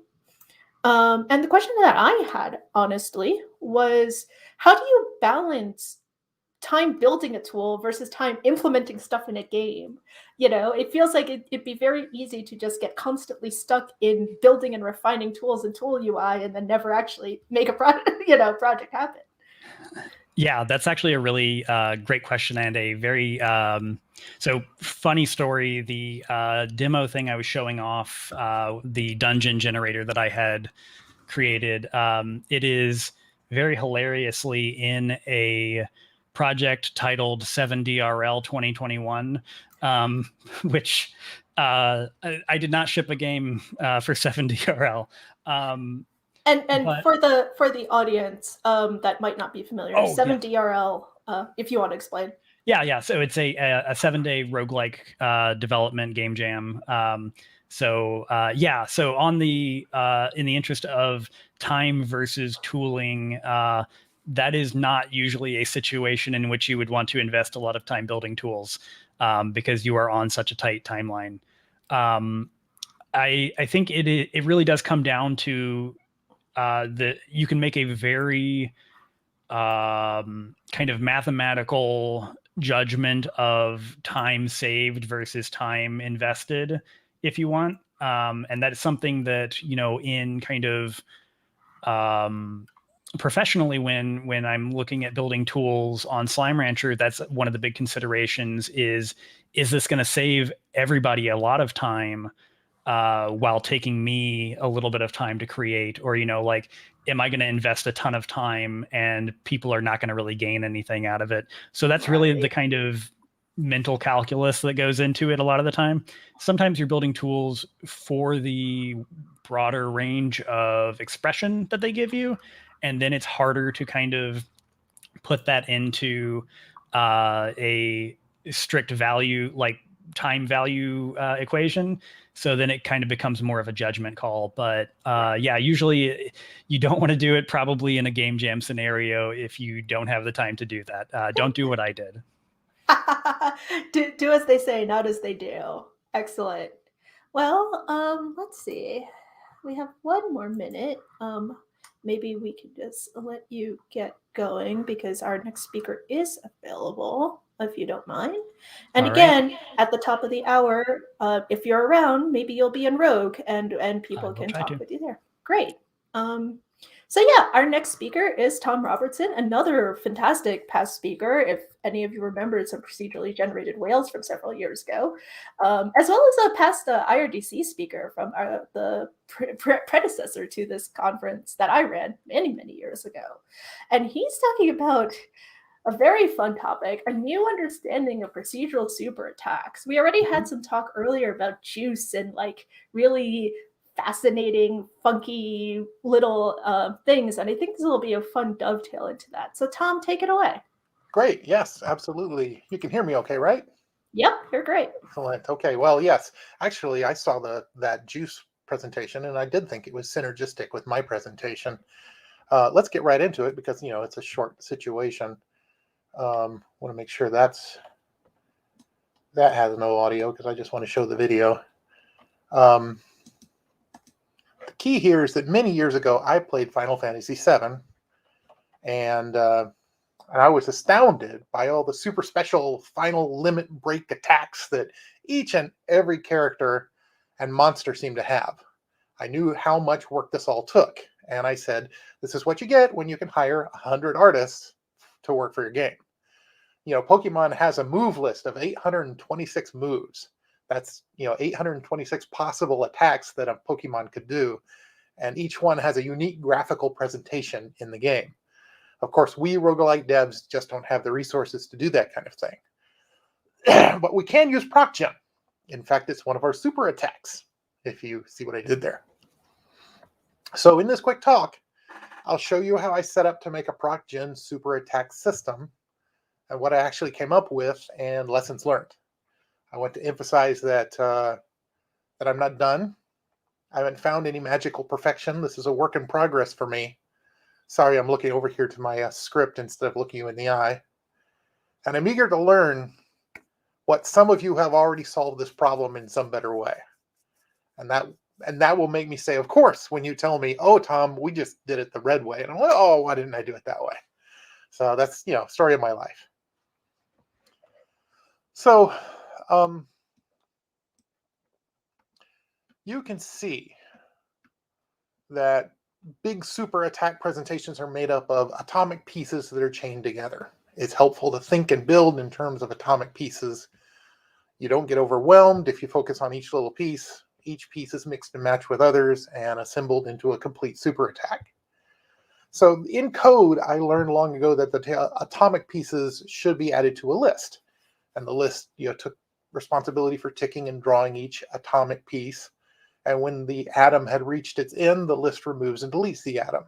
This is a good way to easily handle this chained kind of concept of how attacks work. So if you want a special effect, you just create several atoms and throw them onto the list, and they'll be done in their own time. And one of the most powerful aspects of this concept is that those atoms can create other atoms and add them to the list too. So for instance, a projectile atom could create an explosion atom when it reaches its destination, which is pretty cool, pretty flexible. So many times in your code, you'll want the game to wait while the super attack is happening, or you'll want the input to be inhibited. Now, we were just watching at the beginning this great talk about juice and how one of the key concepts of juice is to not hold up the player, not stop the player from moving. But super attacks are a little different. They're a big deal. They stop everything while the attack happens. And that's just how like Final Fantasy style super attacks have always been. So that's certainly what I was thinking of. There are obviously ways to skip or forward fast, and that's what you would do to to handle that requirement that you don't hold the player up. But you're still going to want the input to be inhibited. You want the attack is happening, and then you want to stop the keyboard until the attack's over, and that's just checking to see if the atomic list, the atom list is empty. I mean, it's just if the list is empty, go ahead. If it's not empty, well, some sort of super attack is happening. So now the trick is the list blocking or concurrent? And by that I mean, so if there are 3 attack elements in the list, attack atoms in the list, are they being drawn at the same time? Or is the top one being drawn and then the other 2 wait their turn until the top one's done? Well, weary traveler, why not both? My learned experience is that you should make a concurrent list and a blocking list, and each one can contain attack atoms, and each one draws and ticks each atom they contain, and you could put atoms in either list. That solves problems that come up when you're building these really complex super attacks. So, all right, that's enough of that sizzle. I'm going to show you something else here. So this is a picture of a diagram on my whiteboard. I've had this picture up on my whiteboard for far too long, as I thought carefully about how my code procedurally generates super attacks. I knew many of the steps and tried to break it down into as many steps as possible so I could understand it better. But I came up with a theory of a basic trio: the dictionary, the choreographer, and the director. So the dictionary is like a Pokemon move chart or a spell book. It lists all the available super attacks in the game. And units choose which of these attacks they can do from the dictionary list. The dictionary object itself is supposed to procedurally generate that list. And then there's the choreographer, which builds the super attack out of all possible pieces or atoms. So it creates a script of pieces. And then there's the director, which executes the script, which executes the super attack over time. For the, say, 4 seconds the super attack is on the screen, the director draws and changes the pieces according to the script. The director actually is the piece of code that shows the attack to the player. So the key insight I got from this diagram that's been sitting on my whiteboard for so long was that the director knows all about the pieces or the atoms, but some of them can inform the dictionary so that the dictionary can generate its list of attacks. So I'm going to scoot on down here, and I'm going to actually fire up my test code base and get that working. All right, so this is my current implementation working of my test bed for super attacks. For each broad type of attack, the dictionary built 5 attacks for power levels 1 to 5. The director knows in my code now of 3 atoms that it showed to the dictionary, so the dictionary defined a total of 15 attacks, which the demo is cycling through right now. So there actually isn't a choreographer object. I didn't make a choreographer object. I wound up making a function in the director object called choreograph. So I'm not sure if that's exactly the way to do it. It's been worked out for me for this test bed. And in doing this test bed, I learned that the most important thing I did while hammering this all out is kind of something I already knew, which is you should make it easy for yourself. Once I had the structure in place and it was easy to add a new effect atom, I immediately started making new atoms, and I had fun doing so. If it's difficult to add a new fire effect, you're not going to get around to it. If it's easy, you do it right away, and then you go, I'll add an ice effect too. So set yourself up for success, and this kind of structural piece parts way of making special effects can support that goal of setting yourself up for success, making it so that the individual pieces are easy to make and easy to integrate with the rest of the system. Okay, so I'm going to talk a little bit about my code here, but I'm not going to get too deep into it or too crazy. I have my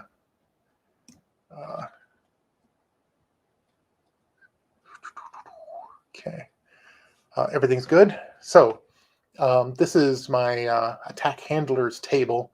Each of these second arguments here is essentially a function that does the particular job. And I've got essentially around it a bunch of text tags to help the code process how this thing works.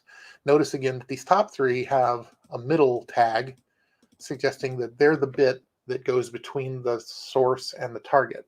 And those are the ones that kind of the dictionary can latch onto and say, I'll make attacks that use these. So over here in Attack Dictionary, I have my Attack Dictionary object. It's got my setup and shutdown, my tick and my draw. It's got a list of attack records. Here's my attack record definition. Got my name, the color, list of tags. Here's the level of the attack and the seed. That's the random seed, so that when you hand off the attack record to the choreograph function, it's always going to generate the same attack. And this little link to AH record is actually a link to what we were talking about, that middle attack atom that kind of defines what the attack is supposed to be. So now I'm going to look at attack director's definition. Here we are with attack director. It's a class. Got my setup, got my shutdown, got my tick and my draw. Here's my choreograph function. Not sure if we'll have time to dig into it though. Look, I've got my blocking list and my concurrent list. Just like I was talking about. I'll use and operate on both of those. And then I've got a bunch of maps to map keys to code. And I use maps all the time in conjunction with string keys, specifically because it makes it very easy to say, hey, tell me about the middle ones, or tell me about the red ones, or tell me about the whatever. It's just an elegant way I've found to organize the systems I'm building. And then, of course, here is the actual data block. It's the data of the actual atomic special effect that is currently being played. When I create it, I add its handler, the source and target units, who's shooting at who, couple colors, and the start time.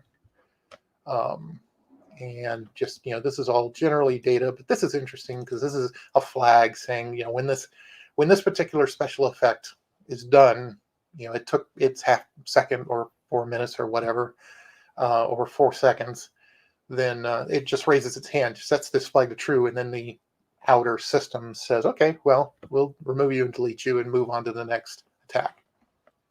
And just, functionality wise, I let the game attach other blocks to this block so that when this block is dead and done, these children that were kind of being carried around by it get moved into the concurrent list so that they can all happen immediately. So, I could go on about code, and it probably would be good to do so, in the larger chat stuff, but I really just wanted to show, the functionality of what I've been talking about. This is not a finished job by any means. This is just me hammering on this problem of, I want a lot of really cool, special, unique attacks, and I want to procedurally generate them. How do I do that? So I hope we can find each other and talk some more throughout the con. And I think that's all I need to say. Excellent. Thank you so much. That was gorgeous. That was fantastic. Yeah, and it's great having a live demo, like right out, doing it live right in front of all of us. I think we're all very happy to see it. And if you're around at the top of that hour, you've been assigned to the breakout room warrior. So if you want to talk more code details, more implementation stuff, more examples like that, perhaps you'll be there. That would be great. I'm happy to be at warrior. Yeah, and some people were asking, and this might be something you bring to Warrior later, of like titles of some of those games that you showed off in terms of like really ridiculous, splashy super attacks. It looked like there was a lot of them, and some of them seem fairly obscure, so I think it would be fun to just share what those are. Sure. And also, people asked about the status of the whales from several years ago. Many of us missed them and love them dearly. Well, I hate to disappoint people, but as much as they were impressive to the roguelike celebration crowd, they weren't impressive to anybody else. Oh, One of your previous people giving the talk on the Shattered Pixel Dungeon, he talked about how he'd managed to push past the morass, push out of that kind of zone where games languish and don't get any attention. yeah. And I got to say, It's hard. my whale game never pushed past it. My whale game Yeah. never found the audience that I was looking for. Well, here's to hoping that in the future it will find its niche, it will find its people. But yes, thank you so much for showing off your stuff. That was absolutely incredible. And I am sure you'll have plenty of people in Warrior clamoring to have a chat. So I'll be thanks there. again. Our next speaker is Dylan White, who is talking about Rift, the programmer and designer behind Rift Wizard, talking about the cost of magic and what mechanics lead to interesting gameplay in magic systems. We've touched on this a little bit in a couple of different talks today, but let's go into that in more detail whenever he's ready to actually share whenever he's ready. Okay. Take it away. You see the slides and everything. Can you hear me and all? Yep, you're great. Go for it. Okay, I'll just get started then. So I'm Dylan White. I am a roguelike programmer and designer. I recently released a game called Rift Wizard, and this is a lightning talk. It's going to be just 15 minutes long. And the interesting thing about giving a lightning talk is I can't talk about all of my whole design philosophy. I have to really focus on one little thing. So I was trying to think what's the most interesting, hyper specific talk that I could give. And what I came up with was the cost of magic, spellcasting resource mechanics in roguelikes, RPGs, and beyond. So why should we talk about spellcasting resource mechanics? Why is this a really interesting part of roguelike design? Well, this is what in most roguelikes, your turn to turn or second to second gameplay is you're thinking about, do I want to move? Do I want to attack? Or do I cast a spell? And some games have more options, some games have less, but these are kind of the basic options in that you have the option to reposition a little bit. You have the option to do a small change to the board, which is what I think of as attack. And then you have the option to make a big change to the game state while expending a bunch of resources. And that's what I would consider spellcasting. Even maybe in a game that wasn't in a fantasy setting, like in a sci-fi game, you might have, maybe you call it items or devices or something, but you often have these options that consume a resource and then change what the game state looks like. And so the resource mechanics are interesting because once you've decided what the game's resource mechanics are going to be, it's very hard to, is everything good? I just got a message. Okay. Once you've decided what the resource mechanics are going to be, it's very hard to change them retroactively because you may have designed spells, you may have designed items, you may have designed character skills around manipulating these resources. And so once you've decided on what they are, you can have to delete a lot of work if you want to go back and change them. And in addition to that, there are infinite ways to design your resource mechanics. You can have a mana bar, you can have cooldowns, you can have cards, you can have different, and all these different, you can drill down further into these decisions. Like you can draw one card every turn, you can have a mana bar that regenerates really quickly. There's no limit to the different ways that you can allocate resources to the player.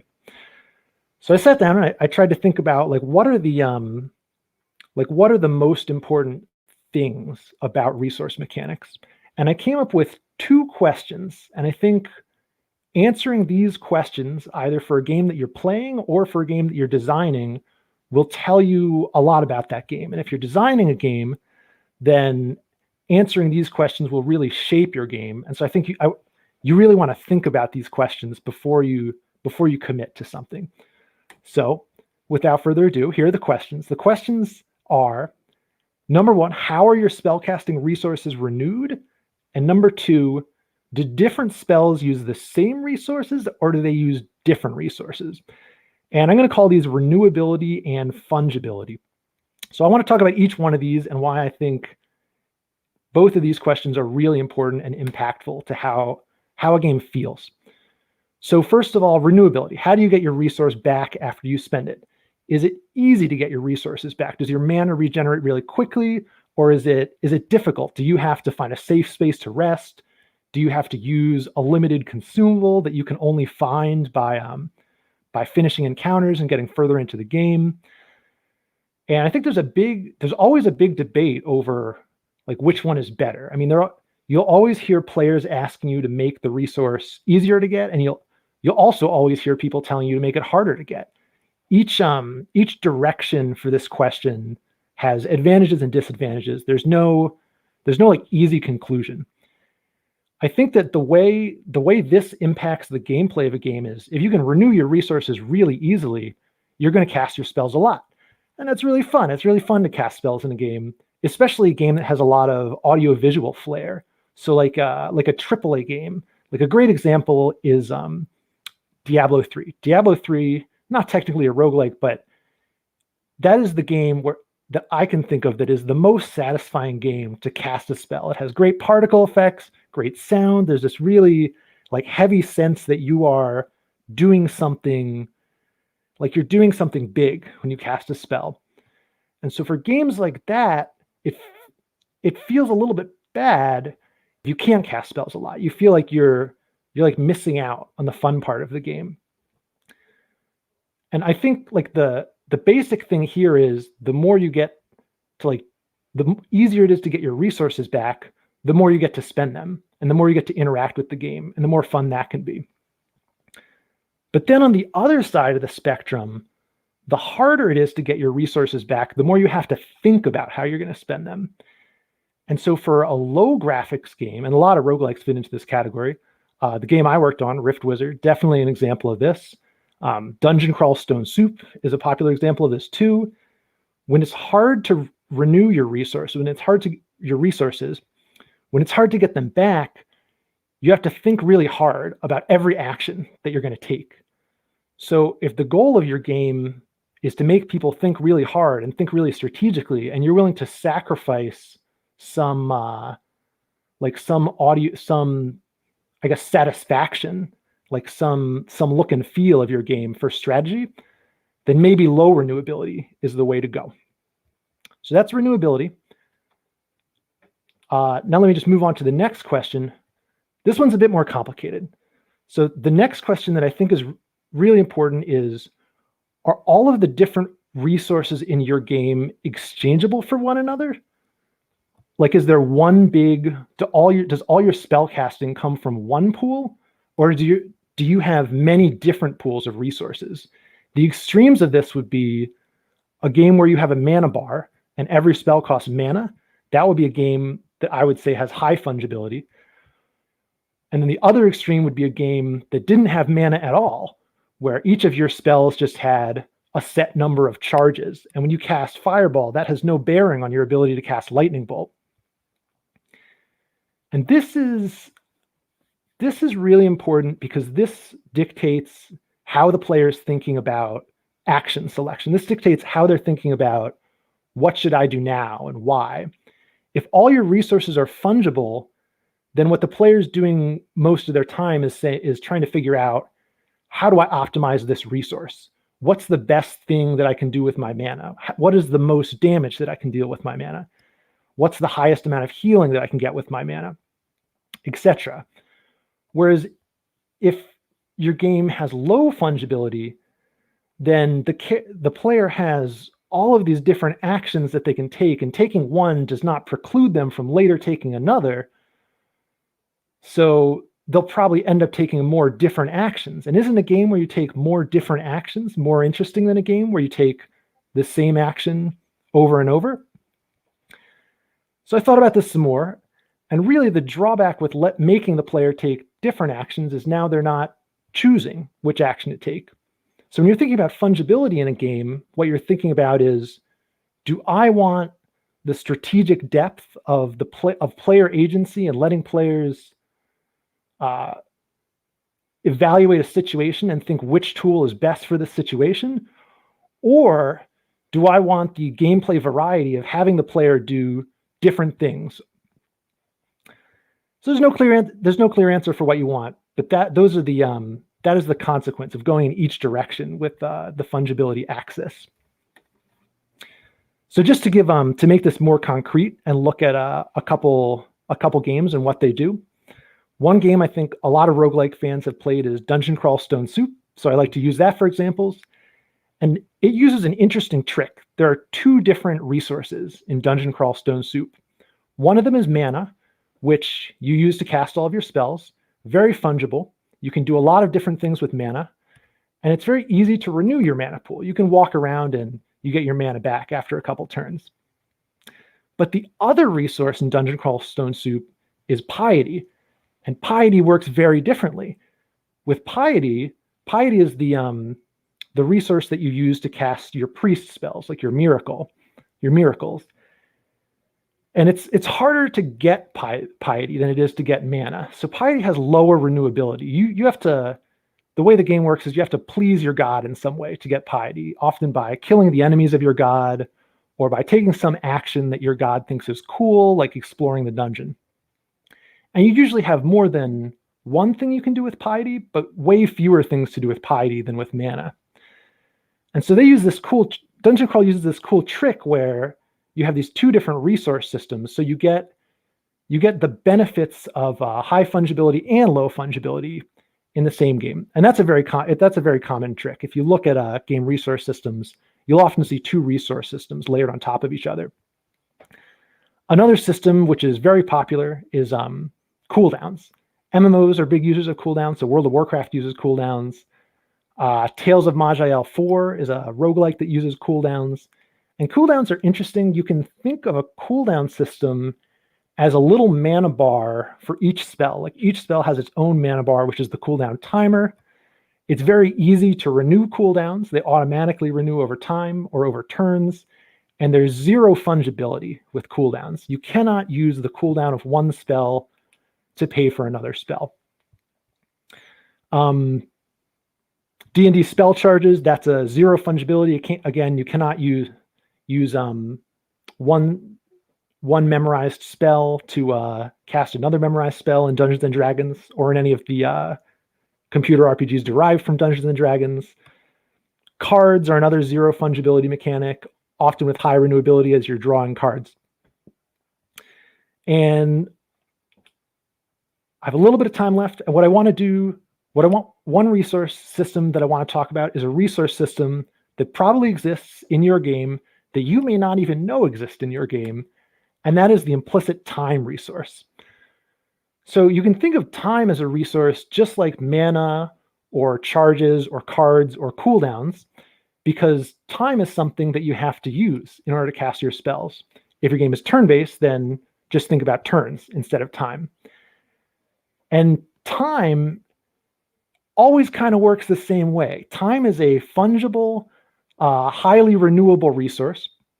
You cannot hoard time. If you waste your time, you can't put that time in a pool somewhere and use it later. And you get 1 turn per turn, or you get 1 second per second. You're always renewing it at a constant rate. And so this kind of snuck up on me in Rift Wizard because I never thought about this as a resource. But in a turn-based game where your actions end the turn, every turn is a really important resource. And it might even be a more important resource than the explicit mechanics in your game. I found in Rift Wizard that there are a lot of spells that people are reluctant to use because they didn't feel like they were worth a turn. And that made me think about the resource system very differently. So the lesson here is think carefully about time and think about if there are any other implicit resource systems that exist in your game that you don't even realize are there. Anyway, I want to wrap this up. And I don't think there's a takeaway for, your resource system should be this or your resource system should be that. But I think the takeaway should be you need to know what your resource systems are, and you should think about what your resource system is encouraging your players to do and how the feel of your game is affected by the cost of the actions in that game. And yeah, that's all I got. Excellent. Thank you so much. That was delightful. Lots of fun. Hold on. Having a lot of crosstalk here in terms of sharing screens. It's fine. We've got time for one quick question, which is like, what's your favorite style of resource usage and management in roguelikes? What have you found to be really compelling? Well, I'm very biased. Of course. I don't mean this as a self-promotion, but it's got to be Rift Wizard, the game I made.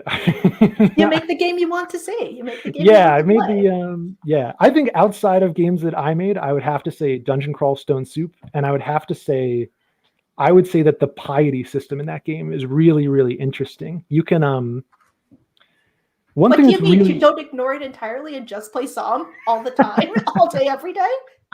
For those in the crowd who don't know, Dungeon Crawl Stone Soup is a huge traditional roguelike. Psalm is the god of chaos who ignores piety mechanics in exchange for making your life more interesting because they find it funny. I never play Zom because he has no piety mechanic, and I find him to be the most boring of all the gods. I like I like Trog. I know Trog is the easy god, It's fun though. but his It's true. abilities, Yeah. like It's thinking true. about, when am I going to cast the when am I going to do the summon? He has this summon that takes like a really big portion of your piety bar, and its strength is actually determined by how much piety you have. Yeah. So it's like this you're looking at every situation and you're saying like, can I just tab through this? Can I just like mash through this encounter? Amazing. Perfect. Or do I need to like do the thing? And even just that very simple act of resource management, I find very, very interesting and satisfying. So yeah, no, that was great. That was wonderful. And if you're around in about 15 minutes or so, if you want to hang out in the mage room, appropriately for Rift Wizard, then maybe people can talk resource management and spell systems and like what they're finding and what they think will be fun. Yeah, I will for sure. I would love to talk further about it. Excellent. Thank you so much, Dylan. All right, thank you, Kala. And we are on our last thing of the night. I am so excited for this. You all, I can't even begin. So our next speaker is my fellow organizer, Christy. She has been the person you've been seeing on Twitter all this time. She's been our website person this whole time. But if you have not seen her personal website, it is the hint for what is about to happen. So, as you can see, there's multiple cameras going on here. What is that thing? That is a custom pad made with a makey. We're going to play some Brogue for the next 15 minutes. And I'm going to do the best level of live commentary of Brogue that I can. So, take it away, Christy. All right. Can you hear me? Yep, we're good. Excellent. Cool. Hi. What's up, Roguelike Celebration? I am Christy, aka Next Level Banana, coming to you live from sunny downtown Portland, Oregon. And I am here, as we have said, to answer the question, is it possible to play a traditional roguelike on a dance mat? I have determined the answer is, So, obviously your normal off-the-shelf mat, not enough buttons, but using every single input on the makey, I've got almost all the keys I need.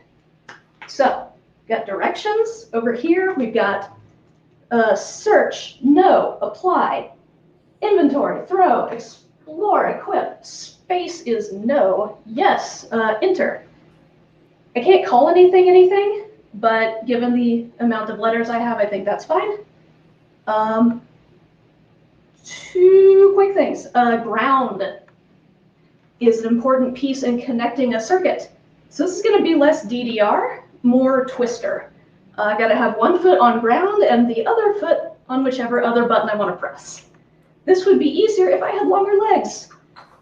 The other thing. Club. It's fine. Yeah, short person club. We're doing it. We're doing it. The other important thing to note is that I cannot see the chat. So whatever you are saying, it's going to have to come through Kawa or you're screaming into the void. All right. So let's... people are asking what the appropriate soundtrack would be. I don't think there is a formal soundtrack to Brogue because it is, your classic traditional roguelike that has no music attached to it. Have fun with it. It's a gorgeous, weird, ambient ASCII game. Like, just enjoy. Just have fun. Am I the void? I don't know. I've got this beautiful golden light next to me. Anyway, so we've All right. started. Let's get going. Yeah, I'm gonna kind of zip through the first level because it's not especially exciting. Yeah, so while you do that, I guess I'll explain some basic mechanics. So, again, as we said, traditional roguelike. Moves only happen when she pushes her foot on something. There's an auto-explore feature that your seer could take very full advantage of. And the big thing about this game is that it is very focused on item-based progression. Basically, your character will kind of always be the same at the start, and the only things that will change is as you find interesting and cool items that will change your abilities, maybe find allies to help you out, and all sorts of things along those lines. There is a yeah. And the other very cool thing this game has is a lot of these really gorgeous visual effects in terms of its level generation. Brian Walker, the developer for this, did a level gen talk many years ago for us. So they have these huge open caverns and this foliage that can catch on fire and just all sorts of ridiculous things. Like, yeah, you've got those incendiary darts, Christy. So it is possible that at some point you will be throwing something to make it catch fire to cause other shenanigans down the line. So It's true. it's great. I don't know if I've ever found incendiary darts before. Oh, fun. We're all doing it live. We're doing it so live. Yes. And that big dark blue area is deep water. She technically can go through it, but really shouldn't because her items will get away from her, and also eels will attack, and eels are very bad. Eels are the Shallow worst. water is technically safer, but Yeah. kind of. And yeah, it scares me personally when I play Brogue, and I don't play Brogue on a dance mat, so who even knows? Yeah. Another thing we've got here is, yeah, so the main stat here is just strength, which just makes wielding better weapons and armor possible. There is, it has the classic identification game of like, we don't know what an aquamarine potion is until she tries using it. Yeah, you want to There's find also out? this stealth range thing here on the top left, where the larger that number is, the further away monsters can be and notice her. So you want that number tiny, if I understand this correctly. Oh, apparently you got your first some scrolls with some silly Yeah. names. I've got a Apologies scroll to of- Maggie in advance. Yes. Sorry to the captioner, but my scrolls are named Woos, Ganothl, Blodo, and Pora Nertflurks. Pora Nertflurks. Very good. Let's see what they do. Ooh, protect weapon. Not great for Protect my initial. starting weapon. Protect your Hooray. starting weapon, but hey, you know what it is now. Okay, We're you not push the playing string. with good strategy. We are playing with interesting strategy to demonstrate what pressing the buttons is like. Hell yeah. Awesome. So, Yeah, there's a pad for each input that Brogue uses. That Christy designed herself. How long did it take you to get this going? you know, the makey is so cool. And like I'm not an electronics person. So this was all kind of like, wait, how does the circuit work? Right. Can I actually enchant anything? I may be stuck here. Uh-oh. Oh, Wait, is it enchant my just dagger? like you need to press multiple buttons at once and they're not in the right places, or it shouldn't be. Rogue is pretty single.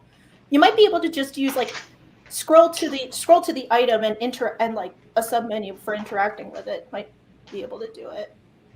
Yeah, I think my enter is. Hang on, I'm cheating. Okay. We're doing it live. It's roguelike development. That's how this works. What was the other question that people were asking while I'm looking here? Each of the controls.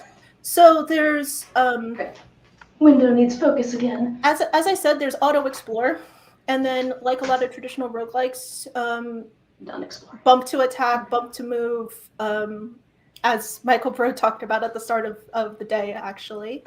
And then everything else is just like you have this item and you can interact with it. You can drink potions, you can zap wands, you can put on weapons and armor, and those all have different effects.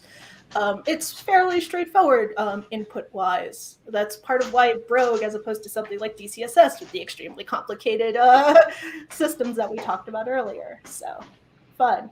Yeah, see, 18 buttons is all you need. Link to Blaseball music. Blaseball music generators that they're listening to at the same time. I'm not going to put that on, but I'm glad people are enjoying it. Yeah, send me those soundtracks later. Yeah, Right. yeah, Anything we'll else send those interesting? in later. I do. Oh, mystery potions. Yeah, and Brogue's ID metagame is very elegant. Everything is very unique. Wow. It's a lot The of good fun. ones. Ooh, Potion of Life. So that was basically the healing potion. Scrolls of Enchanting can be used on just about anything Ooh. to make it better. Oh, Nope. no, Nope. don't eat yet. Yeah, there is a hunger clock in this game. Yes, there is. But you're doing okay. You're all right. I mean, I'm fine. It's just a little caustic gas. I'm fine. Yeah, the pink stuff's not great, but it's fine. And if you can get through this, you might get a friend. Are we gonna get a friend? Ooh, Well, might die first. we'll see. Gotta get there. Uh-oh. Uh-oh. Uh-oh. Oh boy. They missed you. I wonder, can you free the one that is trapped? Yes. Oh, and then you died immediately. Ah, you tried. But it's actually very cool. Allies can do really cool things for you and, you know, follow you around and help you do stuff, which in a game with such a small design space does a lot of very cool things. So we're starting again. We've technically only got 5 minutes, but, you know, we can talk through. Oh, and we've got our first treasure room. Oh, if she wow, can yeah. get to that key, then she can get to a vault that has a bunch of cool stuff in it. It's like floating in the middle of the pit. I don't know how you're meant to get there if we're going to be really honest. And this, for traditional roguelikes, Brogue itself is actually a very good one because it is such a small design space. You don't have to, as Dylan was talking about earlier, there isn't a lot of this like huge complexity of lots of possibility space. Sproggywood also brought up in the chat, extremely good intro roguelike. Golden Crone Hotel, also great. Golden Crone Hotel for sure, Sproggywood maybe are also both on sale on our Steam sale, so you should check that out and head to the Office of Steam and check those out. Yeah, if there, someone was asking if you had done any iteration on where the pads were located and seeing about making them closer together and more ergonomic for you. I know you've been really working hard on this, but it's something for the future. Oh, well, I was designing for maximal comedic value. You're so valid, Christy. So, Amazing. like, I would have definitely put more grounds in if I was doing this again. Mm-hmm. Also, the foil on the ground button is starting to show its wear. Didn't really think about how I would have to be stepping on that button the entire time. Yeah. Let me in. Might it burn? I wish I had the potion of incineration still. Set myself I on think fire that for was one nothing. that was there for earlier. Oh, that's unfortunate. But hey, I'm not great at this out. game. We're here to try it. So That's right. we're here to heck around and find out. That's how it works. Yeah. Oh man.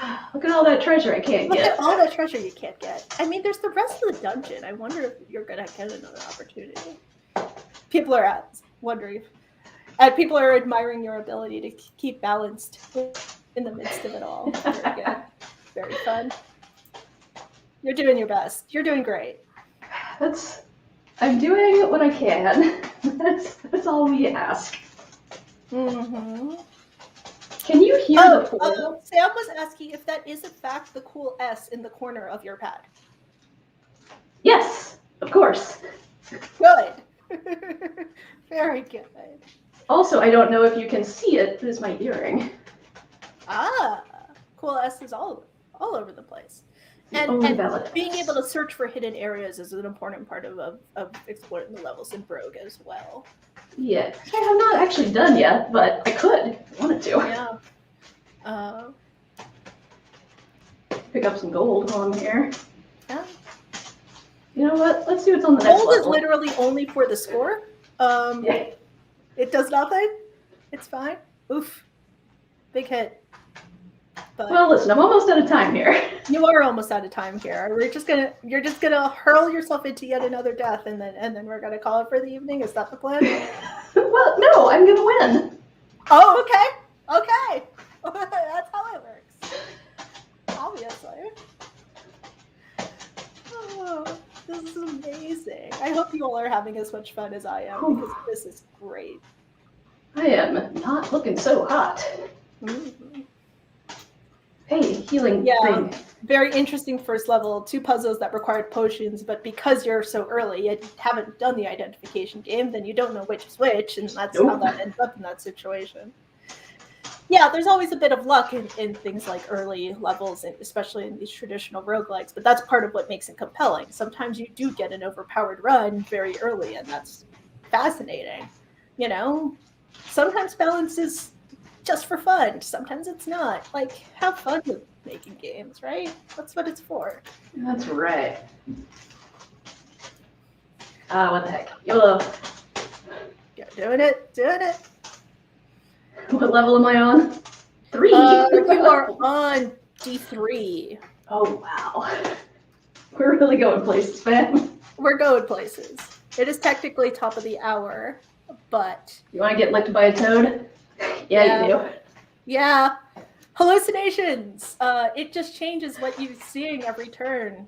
By the way, the bars on the top right are just like total health, total hunger clock, and how long any effects are happening. So she's going to be hallucinating for a good long time. For a while. Yeah, for quite a while. The thing is, it's an effect that doesn't technically change much, except for the fact that you, the player, don't know what's going on. Yeah, like I don't know what that enemy is. Yep. Let's fight it. Yeah, and Dustin's right. Of early overpowering gets balanced by hubris. So, yeah. and someone else is like, I got skilled at waiting out fires that I started for myself. And of course, like, yes, the juiciness of Rogue's hallucination and of Rogue in general, all of these really wonderful ASCII color effects is fantastic for a turn-based ASCII game. I've had arguments with people about this. I think it's fabulous. Other people think it's acid soup, but hey, fine. Oh, Killed by a question mark. Killed by something. All right, that's that. That was Cool. so much fun. It was a jackal. It looked like a unicorn. We were hallucinating. It looked like a unicorn to me. It was a unicorn in our hearts. That's right. So yeah, thank you so much, Christy. That was thanks. delightful. This was a blast. If you feel like hanging out afterwards with people, we have in fact assigned you a room. We've assigned you tourist. All right. If you want to hang out in the space afterwards, I'll be there. You know, that is actually our last thing of the evening. So here's what's going to happen now. We've got 15 minutes or so if you want to come to any of the breakout rooms, hang out with people, listen to any, people from any of those talks, or just wander the space. And then after that 15-minute period is over, we're going to start an unconferencing block. And the unconferencing lobby is just outside the hall, and there's a note wall in it.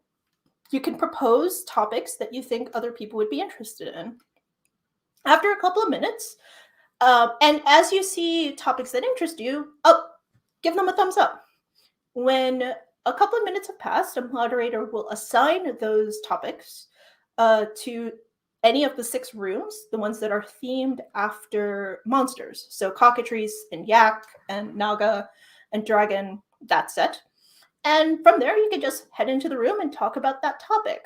While we do have our in-space Zoom, our in-space video chat, we have also put Zoom rooms in there in case you want to do screen share or in case things are a little finicky with the video chat. Totally understand. We have those available for you too. Or you can just stick in text. both of these are acceptable. And we'll be open for a couple of hours in the space for just hanging out and chatting it up and exploring and finding weird things. Feel free to just hang around. And otherwise, we will be in at 9 a.m. Pacific tomorrow to talk more great talks, more excellent things. So look forward to seeing you then. Big thanks as always to Maggie, our live transcriptioner. She's been an absolute champion with all of our silliness. To every single person who's spoken today, to all of my fellow organizers. Of course, check out the Steam sale in the Office of Steam. Check out the swag table to buy some merch, including this year's excellent shirt designed by Marlo Dobb of Dicey Dungeons. We're still on Twitter at RoguelikeCon. We've got our hashtag Roguelike Celebration. Get some rest, stay hydrated, have fun, and I'll see you tomorrow. All right, everybody. Have a good one.